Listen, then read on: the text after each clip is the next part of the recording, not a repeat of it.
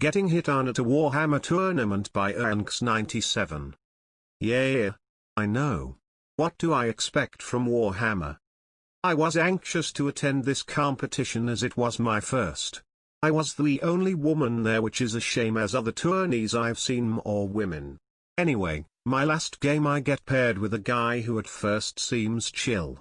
He's drinking a few ciders, we discuss the game, it's okay. He gets a bit drunk, but whatever. He does compliment me and we exchange FBs. Unfortunately, once he begins messaging me on FB, he spends 90% of that time sending me pics of my own selfies with several love hearts and saying I look beautiful. I say thank you. He never stops there. It gradually gets more and more creepy, to the point where multiple times a day he's telling me how beautiful I am. He's writing paragraphs of stuff like "You're like 110ths, my perfect woman tbh." That's already pretty cringy, but what pushed it to breaking point was when he told me he was a virgin, and took the conversation to sex and his anxiety about sexual inexperience, and that's the nail in the coffin for me. Edit, he knew I was in a relationship from day one.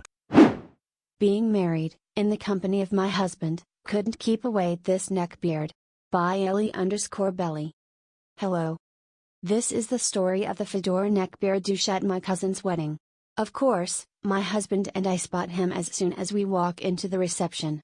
Fedora douche, FD, was wearing bright-colored suspenders, had sweat stains around his armpits, and has about 2 months late for a face and neck shave. After we find our seats, we see FD hopping from table to table with beer in hands, tipping his fedora at more than enough girls. All the poor gals in FD's warpath would shudder, shuffle quickly away, or get a look on their faces that made me think they had just smelled sour milk. Things progress like this until I step outside for a cigarette. FD unfortunately saw me step outside without my husband. He comes out of the door, looks around, spots me, then sauntered over with his thumbs in his suspenders, crumbs in his beard, even more sweat on his shirt than before. FD asks would I smoke. I held up the cigarette in my hand as proof, saying nothing nor making eye contact. Oh, that's cool. I'm more of a vape guy. Then this creep-tastic crap factory starts blowing these billowing vape clouds in my face. I asked him to stop, and he did. To my surprise. But it gets worse. After telling me stories about his skills with a katana, he suddenly stopped talking. FD points at my wedding ring and tells me my husband is probably a Chad who treats me like shit. Uh-oh. He tells me how beautiful I am and that men like my husband will use me for the rest of my life and I'm just too wonderful for that. I tell him I'm very happy with my marriage, I will continue to be happy with him. I didn't want to make a scene at my cousin's wedding. So I take another route, so I just turned away. I lit up another cigarette and walk away toward a cousin, the most smiley and kind gal. I spotted who was also having a smoke, and start a conversation with her. I'm happy I got rid of him. Nope. He was standing a few feet behind me under an awning in a shadowy type area. He jumps out and yells, "Hey!" This obviously startled me, but he took no notice of my scared face, my gasp, and the fact that I stepped back several steps. FD started talking about what a nice guy he is, how girls just don't appreciate eccentric men, and how he's sure my husband is just a muscled up Chad. He then asks my cousin if I should give a nice guy like him a shot. She doesn't laugh or smile, she looks into his face and tells him that even if I weren't married, she would never approve of a crusty and smelly creep that stalks random women around at weddings. FD gets a scared puppy look on his greasy face, turned to me and said, "You want to give me a chance, right?" I said that I absolutely would not be considering it. He flipped his lid and started calling me a CT and a whore for leading him on. At this time, it had enough. I told him to fuck off and walked away. He spent the rest of the evening in a corner drinking Coors in a can with his face in his phone. When the party was dying off, I noticed Hess staring in our direction. Whatever. It doesn't bother me since we'll be leaving soon. Apparently, FD had gotten much more drunk than we thought. I was walking out with my cousin and my husband, whose hand I was holding, and he walks up and blocks our exit. Hess now clearly wasted. Through his mumbles all I could make out was F King Chads and am a nice guy. FD started drooling all over his greasy neckbeard and swaying around. That's when salvation came in the form police officers. They came up on the other side of the door, and carry/drag him their cruiser. It turns out, the female bartender had a cop husband who was on duty. He just happened to be rolling past the place to check on her and she told him about this garbage pile of a human. He went to jail that night on multiple charges. My First Kiss by MetaGigaTheFirst. This is the story of my first kiss, which is why I'm not dating until my late 20s. So, it was my first year of college.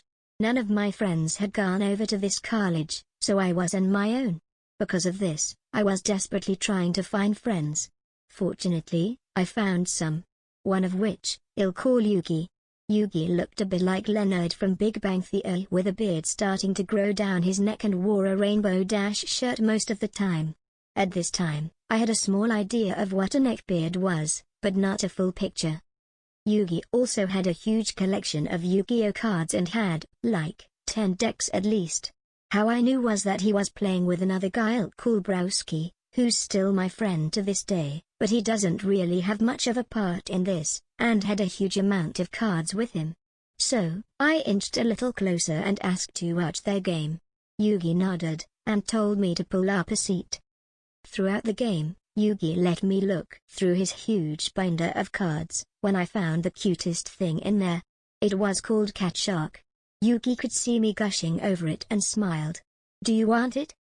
I stared at him. We just met and he's offering me one of his cards from his big book of cards? There's no way I could accept.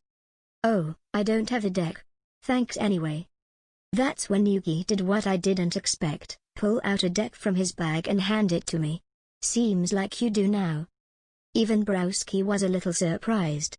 Yugi explained to me that the deck was a ghost trick deck, which was tricky to use, no pun intended, but really fun.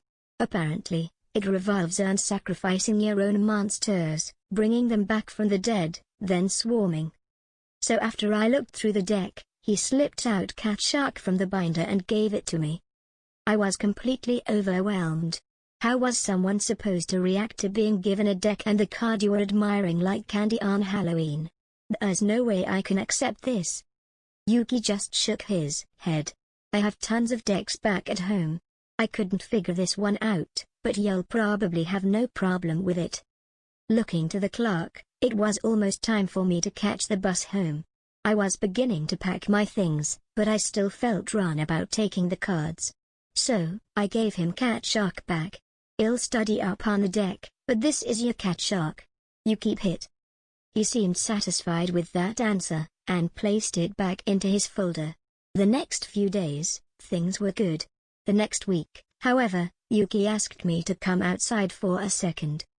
So, I did and we started to take a walk around campus. Finally, he looked me dead in the eye and said, "I need to ask you something." Uh-oh. I wasn't ready for this. "Do you like me?" Oh. I was really confused. Was I acting cold to him lately? I had no idea. I was really worried that I was about to lose a friend, so I just said, "Of course I do. Why wouldn't I?" Well, out of nowhere, he pulled me in and began to kiss me. Or rather, lick my face, trying to French kiss me while I kept my mouth shut with wide eyes. After he stopped, he looked confused. Then, he asked, "Why didn't you kiss back?" What? Now I put two and two together. When he said like, he meant in a romantic sort of way. Now, I had to think of an excuse. Asexual. I don't know how to love. That was the worst excuse ever and Yuki made it even more cringy. "I can show you how to love. I medically can't have children, so you'd be fine making love with me without getting pregnant." Did he just say that he was sterile and that I could be taught how to love with rapid sex? I had no words other than, "I'm not open for relationships." I then bolted out of there to the restroom and washed my lips with soap twice. After that day, I never saw Yugi again. Literally. I'm not sure what happened to him.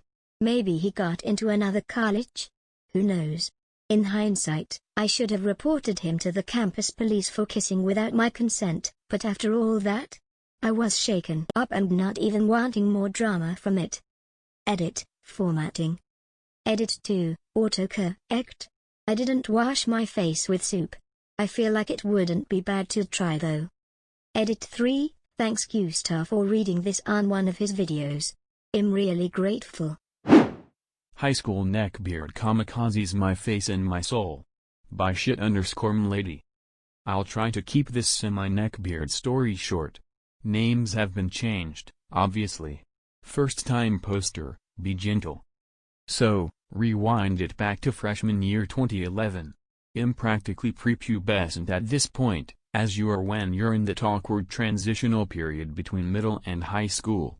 I'm thrust into some typical freshman classes, and much of these classes incorporate group work, you know. Gotta get to know your classmates cause we're all gonna be great buddies for the next 4 years and we have to learn to deal with the real world.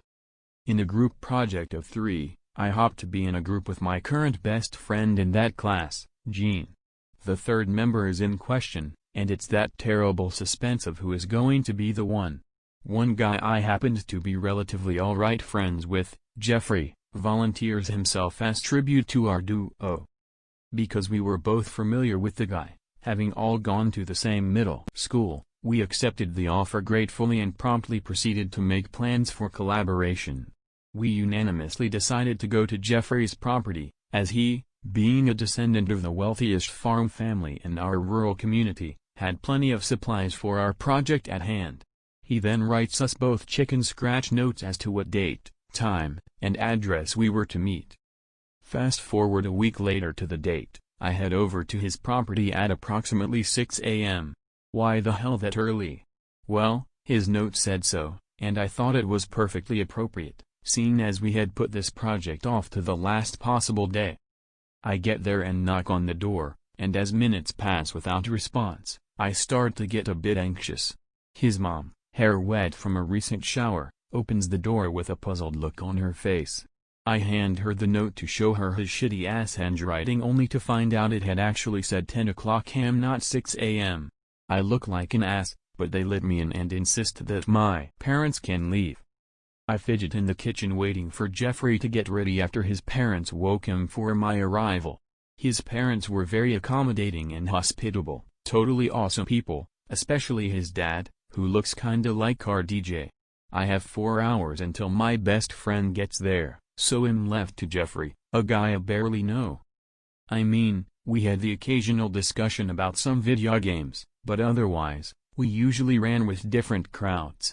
The only real bit I knew about him was his tendency to latch on to different girls with unshakable crushes for years at a time. Course, like I said, me having barely known him at this point, I had no concerns about this particular bit of information. He comes out and we hang out around his farm. His dad takes us for a ride on the back of his pickup across the property to introduce me to the landscape, and they give me a grand tour. It's all pretty cool. I'm having a surprisingly great time. Then, amidst a Portal 2 multiplayer session, he abruptly drops a bomb. We should go out. He pauses the game, looking at me with a ferocity that I, as a little freshman with a need for cognitive effort to derail my thoughts from afternoon snacks, had difficulty understanding. I'm basically unable to comprehend this statement, it was so abrupt. I barely knew him. I just see you as a friend? I say sheepishly, nervously slumping down into the, thankfully separate, chair I occupied. I think we'd be a really great couple, we both like video games, we should go out, he proceeds to elaborate as if I had not just rejected him. Also, why does our occasional video game chats qualify for date worthiness? I really don't feel the same, I insist, avoiding his intimidating eyes. Do you want to go for a walk while we wait for Jean? Surprisingly, he takes this bait and we head back outside to walk through the fields. I am putting effort into keeping space between us, my eyes darting everywhere except to the guy walking alongside me. It's all I can do to wade through this tangible tension. I think you're underestimating how persistent I can be, and the guy dive bombs my face. I duck in such a lithe way that I, 5 years later, Still have yet to fully understand the grace and fluidity that captured my clumsy body in that moment. Let's go back to the house. I suddenly burst, practically sprinting back. I managed to get him to hang out in the kitchen with his mom, my only true defense, as she bakes brownies. When his mom leaves the kitchen, I dart back to his room, generally trying to keep my gaze away from and back toward him. This, unfortunately, gives him the chance to latch onto my back and proceed to give me the most excruciating shoulder massage I've ever experienced. "I think you'll find I have many different talents," he purred against my ear, and my soul cringed into oblivion. "I'm a really nice guy, I promise. You just have to get to know me better." His weird-ass sausage fingers with nails that he had chewed into slivers tightened around my poor little shoulders. I shrug away from him. Let's go back to playing video games. I scurry into his game room, curling up in my chair and attempting to focus both my and his attention on this game. For a time it works, and I can relax back into having a good time with my semi-friend. The game pauses and he gets up, moving to go to what I assumed was the bathroom, until he dips down and forces his lips on mine. I tried to lunge backwards but found myself pinned to faux leather and completely unable to move anywhere except for another plane of existence to scream into the abyss. In some grand act of divine intervention, it is at this point that Gene finally arrives, and his mom calls us from the game room. I left that night at the same time as Gene to avoid more alone time with this guy. I couldn't get back into my cherry SUV fast enough. My night in the safety of my home was filled with incessant texts persisting this notion of our destiny. This guy had single-handedly pushed me to the brink of committing. After the project, I became a bit of a bitch toward this guy to try to push him as far away from me as possible, out of both fear and self-respect. At the end of the year, before an end-of-the-year party, he announces to me in front of a group of friends that he was basically breaking up with me. Either way, he was really smug and made it sound like he'd suddenly burst into tears. I just smiled and retorted wittily, "Aight." Not long after that, he did end up growing a neckbeard. Not that that's particularly relevant because, as we all know, it's not the neckbeard on your gullet that matters, but the neckbeard in your heart. He did end up latching onto my best friend, as well, and while there's many other stories about this terror, I won't drag this on meta cringeworthily. TL, Doctor. Got paired up with a dude in a freshman class, ended up kissed and emotionally scarred. Every game is a 40k ripoff by batork. Former game store employee here. I've already posted one story here and feel like posting another because work is slow. In a similar vein to my last story, this is about a neckbeard who brought their date to the store. That was one thing I never really understood much about neckbeards. A lot of them, when they finally got a date, would insist on bringing them to our store on dates. We were essentially a retail store that occasionally did events, so it always mystified me. Anyways, on that day a neckbeard brought his date to the store. I didn't recognize him, but I did recognize her as being into lighter board games. I had previously sold to her Settlers of Catan and Cards Against Humanity. I guess they came to try and pick out a game to play, but shortly he started doing what to me was one of the most hilarious things I've ever heard. He literally compared everything to Warhammer 40k. The miniatures, to be exact. Hero clicks? It's Warhammer 40k but with superheroes. Dungeons Dragons? It's Warhammer 40k but you have to act out what you're doing. Risk? It's Warhammer 40k but stupid. Settlers of Catan? It's Warhammer 40k but with trading cards instead of battling. Small World? It's Warhammer 40k but fantasy. Magic, the Gathering? It's Warhammer 40k but with cards instead of minis. Werewolf? It's Warhammer 40k but you don't know who's on your team. Apples to Apples? It's Warhammer 40k but for kids. League of Legends? It's Warhammer 40k but online. Two regulars and I were having trouble trying to keep our giggling to ourselves when the guy comes to our Warhammer Fantasy display and launches into a tirade about how all these game companies are just ripping off Games Workshop's amazing miniatures line, including this blatantly fantasy ripoff in front of him. Clearly Games Workshop should sue everyone in the game industry. The final nail in the date was when they both thought Small World looked cool, but wanted to know more about. So instead of asking me or one of the other employees about it, or looking it up on their smartphones, or grabbing our open demo copy, or reading the effing back, They took a sealed floor copy to one of our game tables and opened it and started punching pieces out. I almost jumped over the counter when they started doing that. Me, whoa, what the hell are you doing? NB, we just wanted to try out this game and see if we like it or not.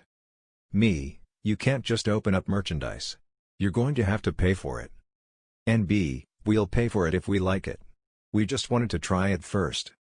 Me, there is a demo copy literally 5 feet from you in the open game section. This is vandalism. You have to pay for it now. NB, I said we'll pay for it if we like it. Stupid retail monkeys. Me, I'm calling the police. He then ran out of the store as if I threatened his Warhammer 40k collection with pink paint. His date apologized profusely while explaining that he has assured her that it was all right to do and paid for the game. She also gave his name so that we could refuse to do business with him in the future. She came back a few weeks later with a non-Neckbeard date in tow and asked me for more recommendations along the lines of Small World, as her group really liked it. DL, Dr. Neckbeard brings date to store, accuses every game ever of ripping off Warhammer 40k, including the game it spun off of, and then opens store merchandise without paying for it. My dog saved me from Beardism by HolyWarDance. Now the title might sound a bit convoluted and unrealistic, but I swear this happened and only recently did it dawn on me what a favor my dog did for me. It was sophomore year of high school and my band had taken a trip to Disney to march in this parade event and of course, go to Disney. On the second day we went to Epcot. Now I had been having a good time with my friends, speaking French to the people in the French area. It was my second year of French so I wasn't perfect but not terrible. But then we got to the Asian/Far Eastern area where in one of the shops they sold trilbies. I, thinking they were cool as shit, bought one and wore it for the rest of the day. After I got home, I placed it on my dresser and, at some point having left my door open, my 85-pound mud we lovingly call Zeus had taken it upon himself to tear it to pieces. At the time I was upset because it cost me a whopping $50 but now as a freshman in college I realize my doggo saved me with a preemptive strike. He could smell the neckbeard beginning to creep in and ended it then and there. Fin. Bertha by Booppeep. My story begins back in 2012. There's a lot that went on so I'll try and keep it as organized as possible. My family is filled with a menagerie of people but my aunt's, let's call her Aunt M, immediate household is a treasure trove for any drama lover. The real star behind this story is Aunt M's daughter, a genuine legbeard that really sets the bar. Her name will be Bertha for the story. Things were getting really tense where my mom, brother and I were living so mom started looking for places out of state to live. The only problem being was that money was tight and we had no idea where to go. In comes Aunt M saying that we should come live with her family, as to combine resources. Now I only had less than 8 credit hours until I got my associates, and told my mom that I refused to leave until I could finish. Since I was raking in more money than my mom at the time, and she wouldn't be able to move on her own, she tells this to Aunt M. Apparently this aunt really wanted us to move out there and came back in the next couple days saying that she spoke with the college out there, claiming they would work with me on my associates and that my grants and scholarships would be able to transfer. This would be the first shit pile I would step in, believing her and asking for some info on the school. I agreed with mom to start moving and 2 weeks after my finals we were packed and on the road. The move itself was hell, yet nothing compared to the state of Aunt M's house and my cousin Bertha. The house honestly looked like it flopped out from an episode of Hoarders. We all know the standard appearance of a neckbeard. Their body types can differ, but they all appear as though they have given up on any semblance of taking care of themselves. Bertha, being female, only needed the beard itself to finish the role. For one, there was no chance for her to give up as she'd done nothing to give up on. At 19 years old basic hygiene was a foreign concept to her, but whatever she lacked in with her soap handling skills she made up with in odor, cringe factor, entitlement, and many more undesirable characteristics.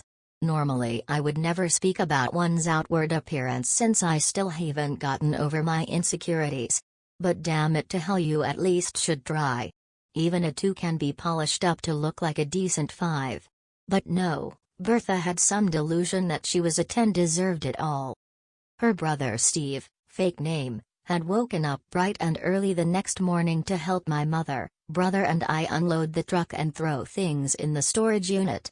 As we plucked the last box from the U-Haul, Aunt Em rolls up in with her husband and Bertha. I wasn't expecting much from Aunt Em and her other half. They both are physically unable to do much more than lift food to their faces and pass judgment, but Bertha, who was built like a overfed linebacker, was a different story. She pried herself out of her parents' car wearing 6-inch stiletto heels, velvet pants in summer, some lacy see-through blouse, WFT, and caked on makeup that was too dark for her skin tone and would make any raccoon jealous. Why? After they saw that there wasn't much else to do, they take their time walking around the storage unit and start making comments on how everything wasn't put in properly, and if we would want to ensure nothing gets crushed we should reorganize the entire space. Hell no. Unless they were going to take everything out and rearrange it, they could take that advice and butt fuck themselves with it. Fast forward another 2 weeks and I'm trying to get ready to head over to the college and Em said she spoke with. After a few dead-end calls I realized the only way I'm going to speak to anybody in the offices was to physically show up. I had woken up at 6 in the morning to get the registration process over with as soon as possible and was stopped by Aunt Em and Mom, who both asked me to bring Bertha along as well. While my gut was saying no, I, against better judgment, agreed and waited another 2 hours before leaving so the She-Hulk could get ready. On the way to the bus stop Bertha starts on about how much she knows the bus system and how she also knew the city like the back of her hand. I'll admit it kinda soothed me thinking at least one of us knew the way, but I couldn't stop feeling like I couldn't trust her. I knew this creature, she never left her home without at least another person to hold her hand. So at best I felt she would maybe recognize a landmark or two. Which wound up giving her more credit than she deserved. When the bus finally rolled up I quickly pay and walk over to an empty seat and realize the Bertha was just standing in front of the bus meter. She just stared at it as if was an alien life form and unsure how to approach it, and then she turned to me with hopeful eyes. Turned out she didn't have any bus fare and had expected me to pay. The ugly feeling grew in the pit of my stomach as I get up to shove more money into the meter. She quickly followed me to the seat and started looking around the bus like she was on some amusement park ride. I sat there peeved that she apparently hadn't brought any funds for her trip and now I, who was already low on cash, was going to end up paying for her throughout the day. Sitting on an inner-city bus, surrounded by strangers in the dead of summer isn't the best way to find out that the vehicle's AC is broken, much less that your seat partner didn't shower in what smelled like a week. I won't go into detail on the cloud of odor that tried to snuff me out, the description itself would make anyone sick. After sitting next to this fragrant relative for about an hour she mentions that we need to take a stop coming up and to get ready. We stepped off and I start looking around for anything that vaguely resembled a school. Bertha, who stood behind me, was staring at the spot the bus vacated with a sleepy expression. "Bertha," I asked, "where's the school?" Her patented squeak echoed around the bus stop. "I don't know." I inhaled and tried to stay calm. This idiot got us lost and we had hardly taken 3 full steps within the city. I came to the realization that she had no idea where we were and she had lied about knowing anything. "Then why did you say to get off here?" I hissed. She started to make high-pitched whine. "I don't know." I then noticed a map on the back of the bus stop canopy and looking closer saw that it had routes outlined around the city. One showed the college. Oh, thank you Jesus, another bus stop was painted across the street from the administration building showing where we could catch a ride home. I memorized the street names, I was too broke for a phone with camera, let alone a smartphone, and I explained to Bertha where we needed to go and started down the street. She started to complain about having to walk but slowly started to waddle behind me. I could hear her labored breath puffing like an ancient train trying to climb the side of a mountain. From where we got off at the bus to the college was around 30 blocks, possibly a little more, but since we were cutting through a few concrete lots I think we shaved it down a few. About halfway there I noticed that my cousin wasn't panting behind me anymore and turned around to see that she had pulled a Houdini and was nowhere to be found. Even though Bertha was an adult and shouldn't need to have her hand held, I knew her parents would crap themselves if anything were to happen to their darling, sweet baby girl. I began backtracking, trying to see if maybe she stopped in the 7-Eleven store we passed a few corners ago. Finally I spotted her hefty form lumbering down a street 10 blocks from where I had turned around. As Bertha crested a hill, her melon head bobbling to some imaginary song, I realized that honestly didn't give a crap and it wasn't worth the time it would take to go after her. I did an about face and continued down the road I had been on. Turns out the school I had been looking for was a 10-minute walk from where I noticed Bertha was missing. Wandering around the campus, and asking a couple times for directions, I finally found the administration building. It was there that I found that Aunt Em had lied through her key-making teeth about speaking with anyone at the college. None of my grants or scholarships would transfer, and in order to graduate through this school I would need to take 36 credit hours worth of their classes. I was desperate, and located a kiosk that advertised some cheaper classes that maybe I could take to peck away at my associate's degree with. It was then that my nose hairs began to curl as a familiar scent slithered into my immediate area. Just like in the movie Jurassic Park where the water starts rippling at the approach of the T-Rex, so do a few water bottles nearby. I noticed a few students visibly look sick from the odor. Bertha waddles up next to me dripping in sweat and smelling worse than she did on the bus. I could hardly see straight as this beast of a woman just smiles at me as if she hadn't gotten us lost and left me in the middle of the city. "Where were you?" I said, glaring at her. I wanted to roll the catalog up and beat her with it. "I found another street that led to the school. I found it on my own," she said and puffed up her chest. "Is this more unserious? She ran off in a city that neither of us knew, and what? Did she want a trophy for finding the college on her own? A cookie? Great. So go get your shit done so we can leave." I was already pissed and could feel my blood pressure rising. Her face fell and she pouted a bit, her lower lip poking out above one of her chins. "What's wrong?" she whines. "You ditching me in the middle of a city neither of us has ever walked in, is what's wrong. You lying about knowing the transportation system, is what's wrong. You expecting me to pay for you during this little adventure, is what's wrong. That fact your mom lied to me and my mother about the transfer process here, is what's wrong. I mentioned a couple other things, but you get the picture." I ended with telling her again to get her registration done so we could leave and turn back to the catalog I had been reading through. She stomps away and shortly after I hear the distant bellowing of a dying animal. Following the horrified stares of the other people who were scattered around me, I found what they were transfixed on. There in the middle of a courtyard that was on the other side of the windows I and nearly 50 others were looking out of, was my cousin sobbing hysterically.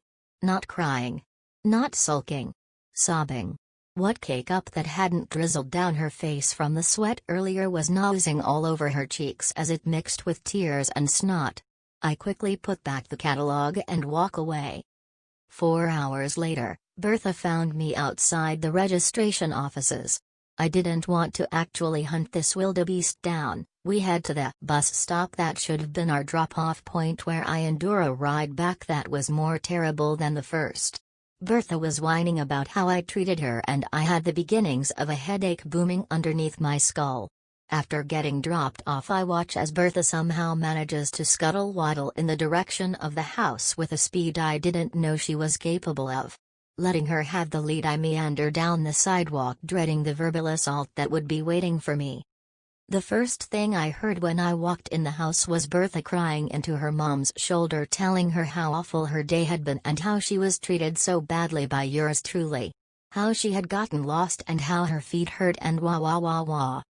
Mom asks me to follow her up to the room we were staying in and starts grilling me on what happened, as if I had planned the whole ordeal.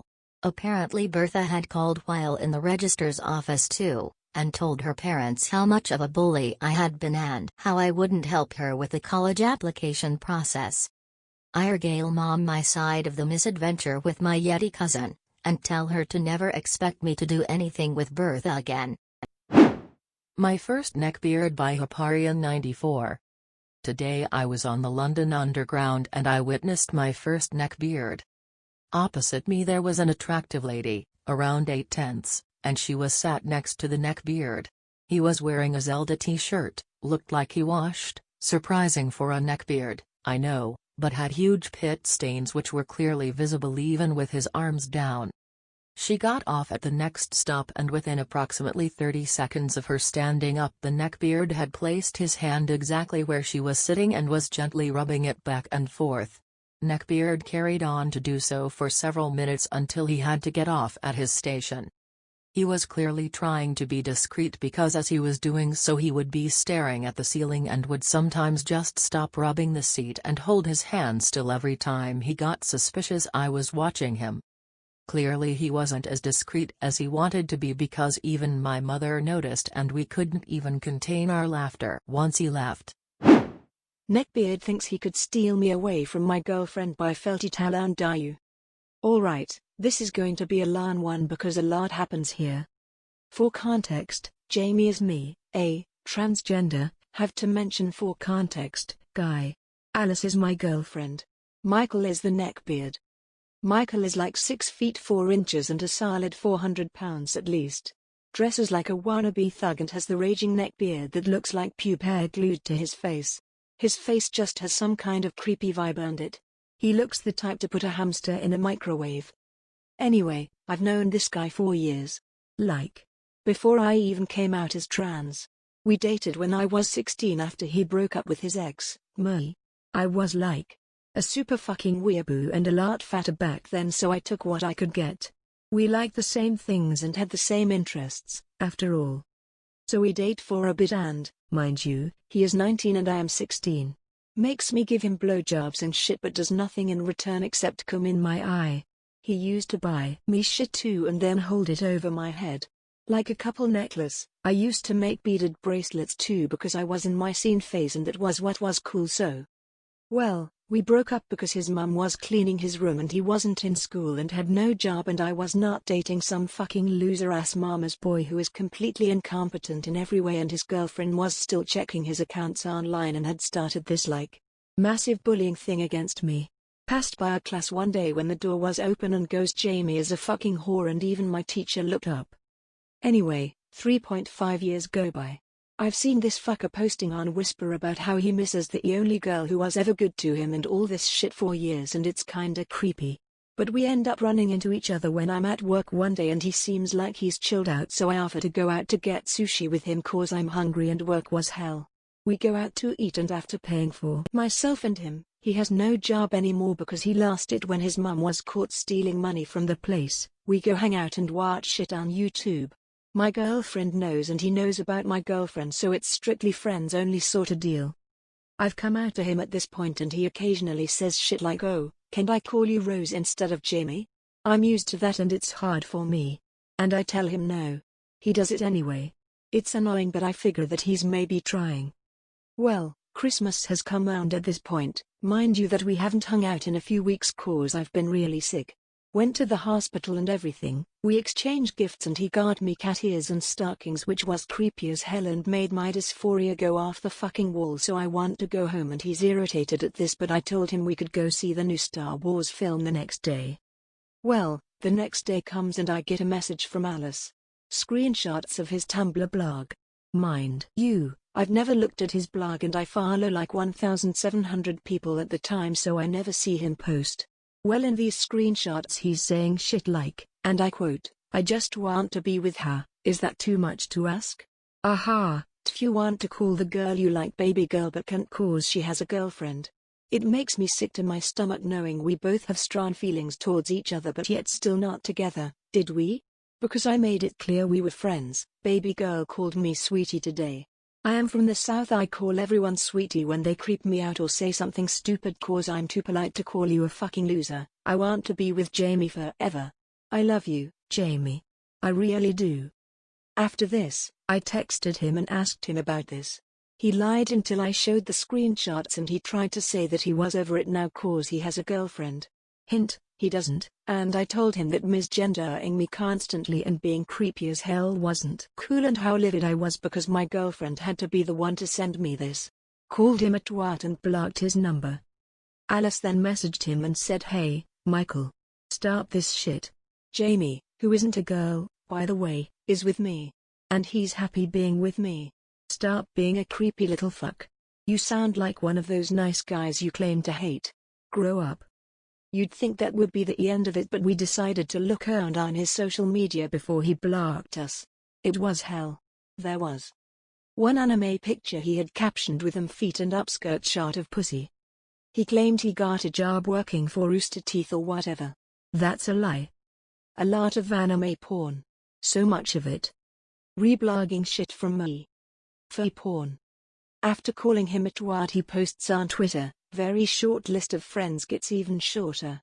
This is why I don't buy people shit for Christmas. Fuck you." When you text someone and they reply after a month saying "I was busy," no bitch. Not for 24 hours 7 days a week. No damn way SMH bitches, was literally in the fucking hospital or sick. Found out that my best friend is deaf moving to England and I'm trying to be okay with it while she's happy next to me. Again, I'm not a girl. Literally posted, "When will it be my turn to love?" Who? And I thought of an anime character in the rain. When someone's in a relationship and you like them a lot but low-key don't wanna be jealous because their relationship is unbreakable, damn right it is. And his mama got him a job where she's working because he can't get one himself. TL, doctor, don't be nice to these fuckers, they rarely change. He did IT while thinking of the girls in dance class and I was his favorite by my 12. Oh boy, where do I even start? I guess it all happened on the first week of school and I had dance class. I wanted to get out of my comfort zone, so I thought this class would help with that. Oh boy, was I wrong. There were mainly females and 2 boys, one I hated with a deep passion ever since kindergarten, and the Neckbeard, let's call him Chaz. Chaz was quiet and had no friends in the class while I had 2. All 3 of us decided to talk to him and maybe become friends. At first he really seemed to be a nice dude, but as weeks went by he started acting odd. To no surprise, Chaz liked my friend, let's call her Amber. She was well liked by the boys, so it didn't come to us as a shock. One day he came up to me and asked if I could draw a picture of him and her getting married. He knew I was trying to improve my art skills, so I said sure and thought of it as a joke. But after a couple of days my friend Amber ended up dating a friend I knew, so Chaz went up to me and asked if I could draw a picture of him and me getting married. I was taken aback and was a little freaked out. Of course I didn't do it, but that didn't stop Chaz from talking to me or staring at me from across the classroom. Things got even weirder when he started wearing a fedora every day. Yes, a fedora. On certain occasions Chaz was caught trying to look into the girls' locker room whenever he had the chance, but would get called out for it by the guys, to which he would only laugh pervertedly in response. I don't know what happened or what caused him to start acting weird, but it was only a matter of time before he did something worse. It was around October when everyone found out that he now had a girlfriend, which, surprise surprise, was a nice girl, or in actuality, insane. I would often catch her telling him that she would murder him if he left her. What a sweetheart. Although she would threaten him, that didn't stop him from trying to flirt with me, to which I dodged every time. It was the week of Halloween and it was our first dance performance, so everyone was a little nervous. At this time it was well aware that I had a boyfriend, and Chaz suddenly stopped talking to me. But the night of the performance I was sitting outside the theater trying to calm myself down when Chaz suddenly sat next to me, catching me off guard. We talked for a bit when suddenly he mentioned my boyfriend, saying he was no good for me. I just laughed it off until he said he had a secret to tell me. I was good at keeping secrets, so he knew he could trust me, but this was the one secret I didn't want to keep hidden. He whispered in my ear and told me that he would often touch himself while taking a shower and would think of all the girls in dance class while doing it, and that I was his favorite. He then stood up and left inside the theater, leaving me shocked. Immediately I went to my friends and told them everything. They were disgusted, but there wasn't much we could do since we were about to go on stage. I wish I wasn't told this before a dance performance. It really threw me off at the time. Since then I didn't talk to him and just tried avoiding him. Last I heard he was hit by a car but survived. The Story of G, My Kiosk Coworker Neckbeard by Throwaway 132442. While I have met many neckbeards in my life, this was the first time I have ever had the pleasure, or displeasure, of working with one.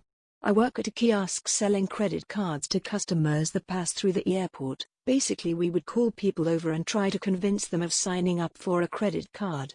This job wasn't too difficult. You would have to sell a certain number of applications, for example 5 or 6 applications in a 7-hour shift, in order to not get into trouble with the higher-ups, but there can be some days where selling to customers was impossible. At the kiosk there is always 2 people working at the same time for a shift, thus resulting in me working closely with the neckbeard of the story. For reference, I am a guy. Let's call him G for now. He was the neckbeard coworker in question, and wow, do I have a lot of stories about this guy. I'll start at the beginning.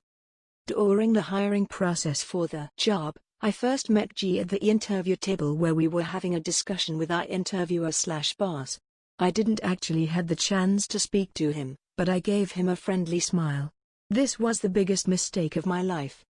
The next day was training day and unfortunately I was set up with G for my first shift. Now our boss, let's call her Loud Voice because she is very intimidating when making her sells, was training us and giving us the overall sales technique, etc. as she left briefly afterwards to run to her hotel to drop her stuff off. Keep in mind, I still have not spoken to G yet. Immediately after she leaves, before anything else was said between us, he immediately asks me for my phone number. This obviously set off a red flag and I asked him why, to which he started to get angry and told me to give him my phone number. Fortunately, Loud Voice arrived and the whole conversation was forgotten by him for the meantime. However, I would soon later find out from my other coworkers that G continually harasses them by calling instead of texting and only to ask them if work was busy that day so he could call in sick if it was. So overall, not a great start to this amazing friendship we were destined to have. From this point on, he thought we were really close friends, which led to some pretty annoying things. I will give you some other examples of his character. Overall physical description: earned 5 feet 9 inches and 220 pounds. He had a large gut that protrudes outward, curly unkempt hair, yellow stained teeth from smoking, dirty fingernails, unshaved patchy beard that was clearly not maintained for some period of time, and very annoying laughter.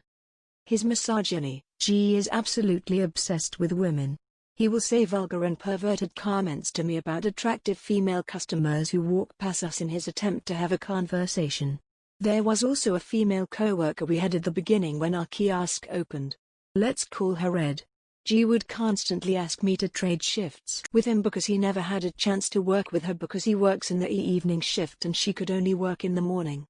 I'll save that for another post, if you guys would like to hear about their relationship. His stupidity: not to be too mean or anything, but G is probably one of the dumbest guys I have ever met. If he was just dumb by itself, that would have been fine since there isn't anything he could do about that, but this guy's arrogance about everything is what pisses me off the most. When we got our pay stubs for the week, he asked me how to open it because you had to tear off the sides before you could open it. I told him to read the instructions printed on it. Instead of doing that, he then asks me to help him and starts to get pissed off that I wouldn't help him. He had just moved from a different state but told me he was actually a university graduate in the field of international business. He brags about how he achieved a high GPA at the school and was on the dean's list, but I decided to look up this school for myself and it had shockingly low ratings. Based off his intelligence, I think his parents paid off the school lol. His denial: now I thought this could go into his stupidity column, but honestly this deserves a whole column for itself. This guy literally denies every fucking thing about himself and thinks he is God's greatest gift on earth. He keeps telling me how his English was much better even though the grammar and spelling in his messages consisted of sentences such as "you are dumb lol," for which he blamed autocorrect on lol. He keeps saying how much better looking he is than I am. Now I believe that I am of average physical attractiveness, but to say that a guy with yellow teeth from smoking, has a BMI of over 30, who leaves his hair uncut for months until it becomes curly and greasy, and who spits on the ground in public like it was his backyard is more attractive than me, well, that is just downright insulting.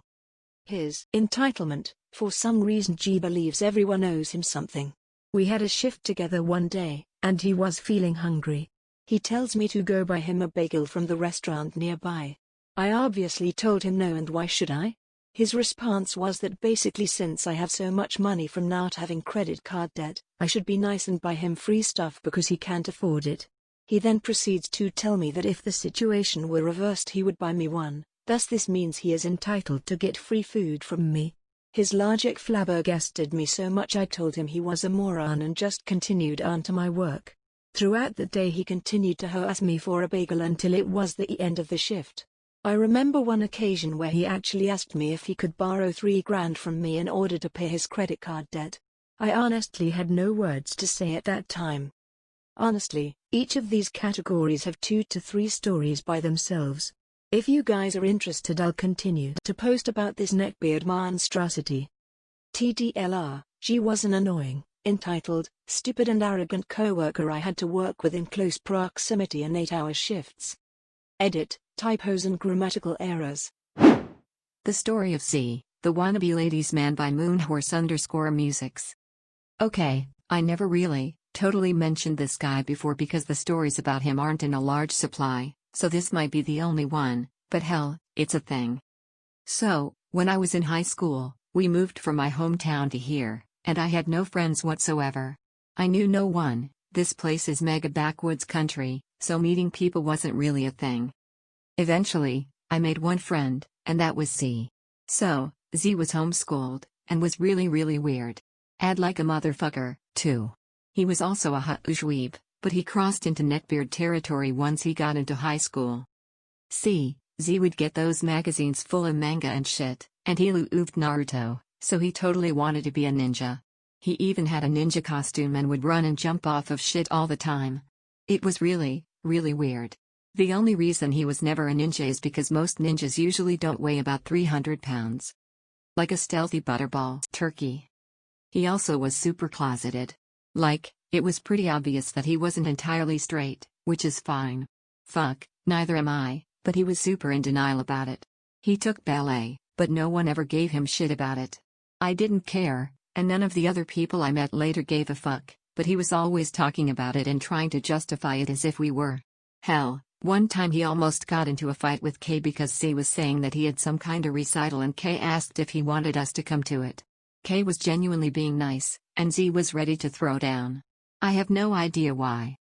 Now, his neckbeard showed up once he got into high school, as I said earlier. See, high school had something that homeschooling didn't. Girls. Oh fuck, he was like a rabid sex monkey. He was all about trying to get every girl to like him so he could totally sex them up. Problem there is that no girl I've ever met wants to sex Neckbeardo the Chub Ninja. This, however, was not a deterrent for him. He was convinced that his sick parkour skills would get the chicks and that the fact that he did ballet sometimes would show them I have, like, a sensitive side. I don't think prancing off of things like a cracked out 6-year-old is what does it, bro, but have at it, I guess. He legitimately told me once that he should be swimming in puss because he uses Axe body spray. What? Look, I ain't gonna lie, I use Axe from time to time, but because I like the way it smells. I don't think it's gonna make me instantly hot or impress anyone. Bitch, it's my smell, I ain't doing this for you. You spray your own stanky ass. Shit. So, yeah, he neckbearded. He even got one of those little fucking hats. Fucking shit, I hate those little hats. You have no idea. I'm gonna go on a bit of a thing here, so, hold on. The problem I have with these fedoras is manyfold, but one, that's not a fucking fedora. It's really not, and you look like a fucking tool. See, lovelies, I was huge into the steampunk style a bit back. Still am, a little. I really like steam-powered giraffe, sue me. So, in light of all that, I got some steampunk attire, including an actual flat-brimmed hat, which was promptly covered in ribbons and aviator goggles, because awesome. Then I find out that douche nozzle motherfuckers have ruined yet another thing I like. It's one thing to learn that something you really like it out of fashion or style, but it's another to know that it's been stolen by fucking Noodleman-ass clowns. Sorry, anyhow. During the course of Z's time in school, he actually did meet and make friends with some people, even ladies, who I'm pretty sure just kinda pitied him for being an overly bouncy manchild. At least that's what it always seemed like to me. I mean, What do you call it when you have friends that never actually want to hang out with you or go anywhere and you only talk with them at school/work? Yeah. Moving on, Z at one point informed me that he had some kinda huge project to work on. I thought he needed my help, as I was the only one among us who had a car, so I gave him a lift home from school and he started telling me about it. You see, lovelies, this project was important, because the girl he had his huge crush on for a really long time was coming over to help him with it. This was gonna be bad. I knew it from a mile off. Z's parents were hoarders. Their house was always a wreck, and to get anywhere, you had to follow the little path through all the old junk that was just piled everywhere. His room wasn't much better, honestly. Now, about this girl, let's just say that she's not into Z as anything more than a friend, is coming over mainly because she's obligated to, and has said several times that she has a boyfriend at a different school. Now, anywhere else, this might just be a lie, but around here, it's a code. If a high school girl says she's dating someone in a different school, she's hooked up with someone in college. Ew. Fucking ew. And it happens more often than you think. Fuck, I hate living in the South. So, here I am, at Z's place, expecting they need me to either go get this girl because she doesn't have a ride or take them to get supplies at the store or something. Oh, I was so wrong. You see, lovelies, I was only there so he could tell me about how this girl is coming over, and then he, with no uncertain terms, threw me the fuck out. She's coming over, so, you have to leave. Now. I don't want her to see you here. Yeah. I'm too embarrassing to let others know that you associate with me. I'm the embarrassing one. I have him a nice, prompt, and cordial "go fuck yourself" and left. What a fucking asshole. This story, however, gets better. See, he begged me for weeks after that incident to not be mad anymore, and I was curious about what happened to his perfect hookup, so I talked to him again.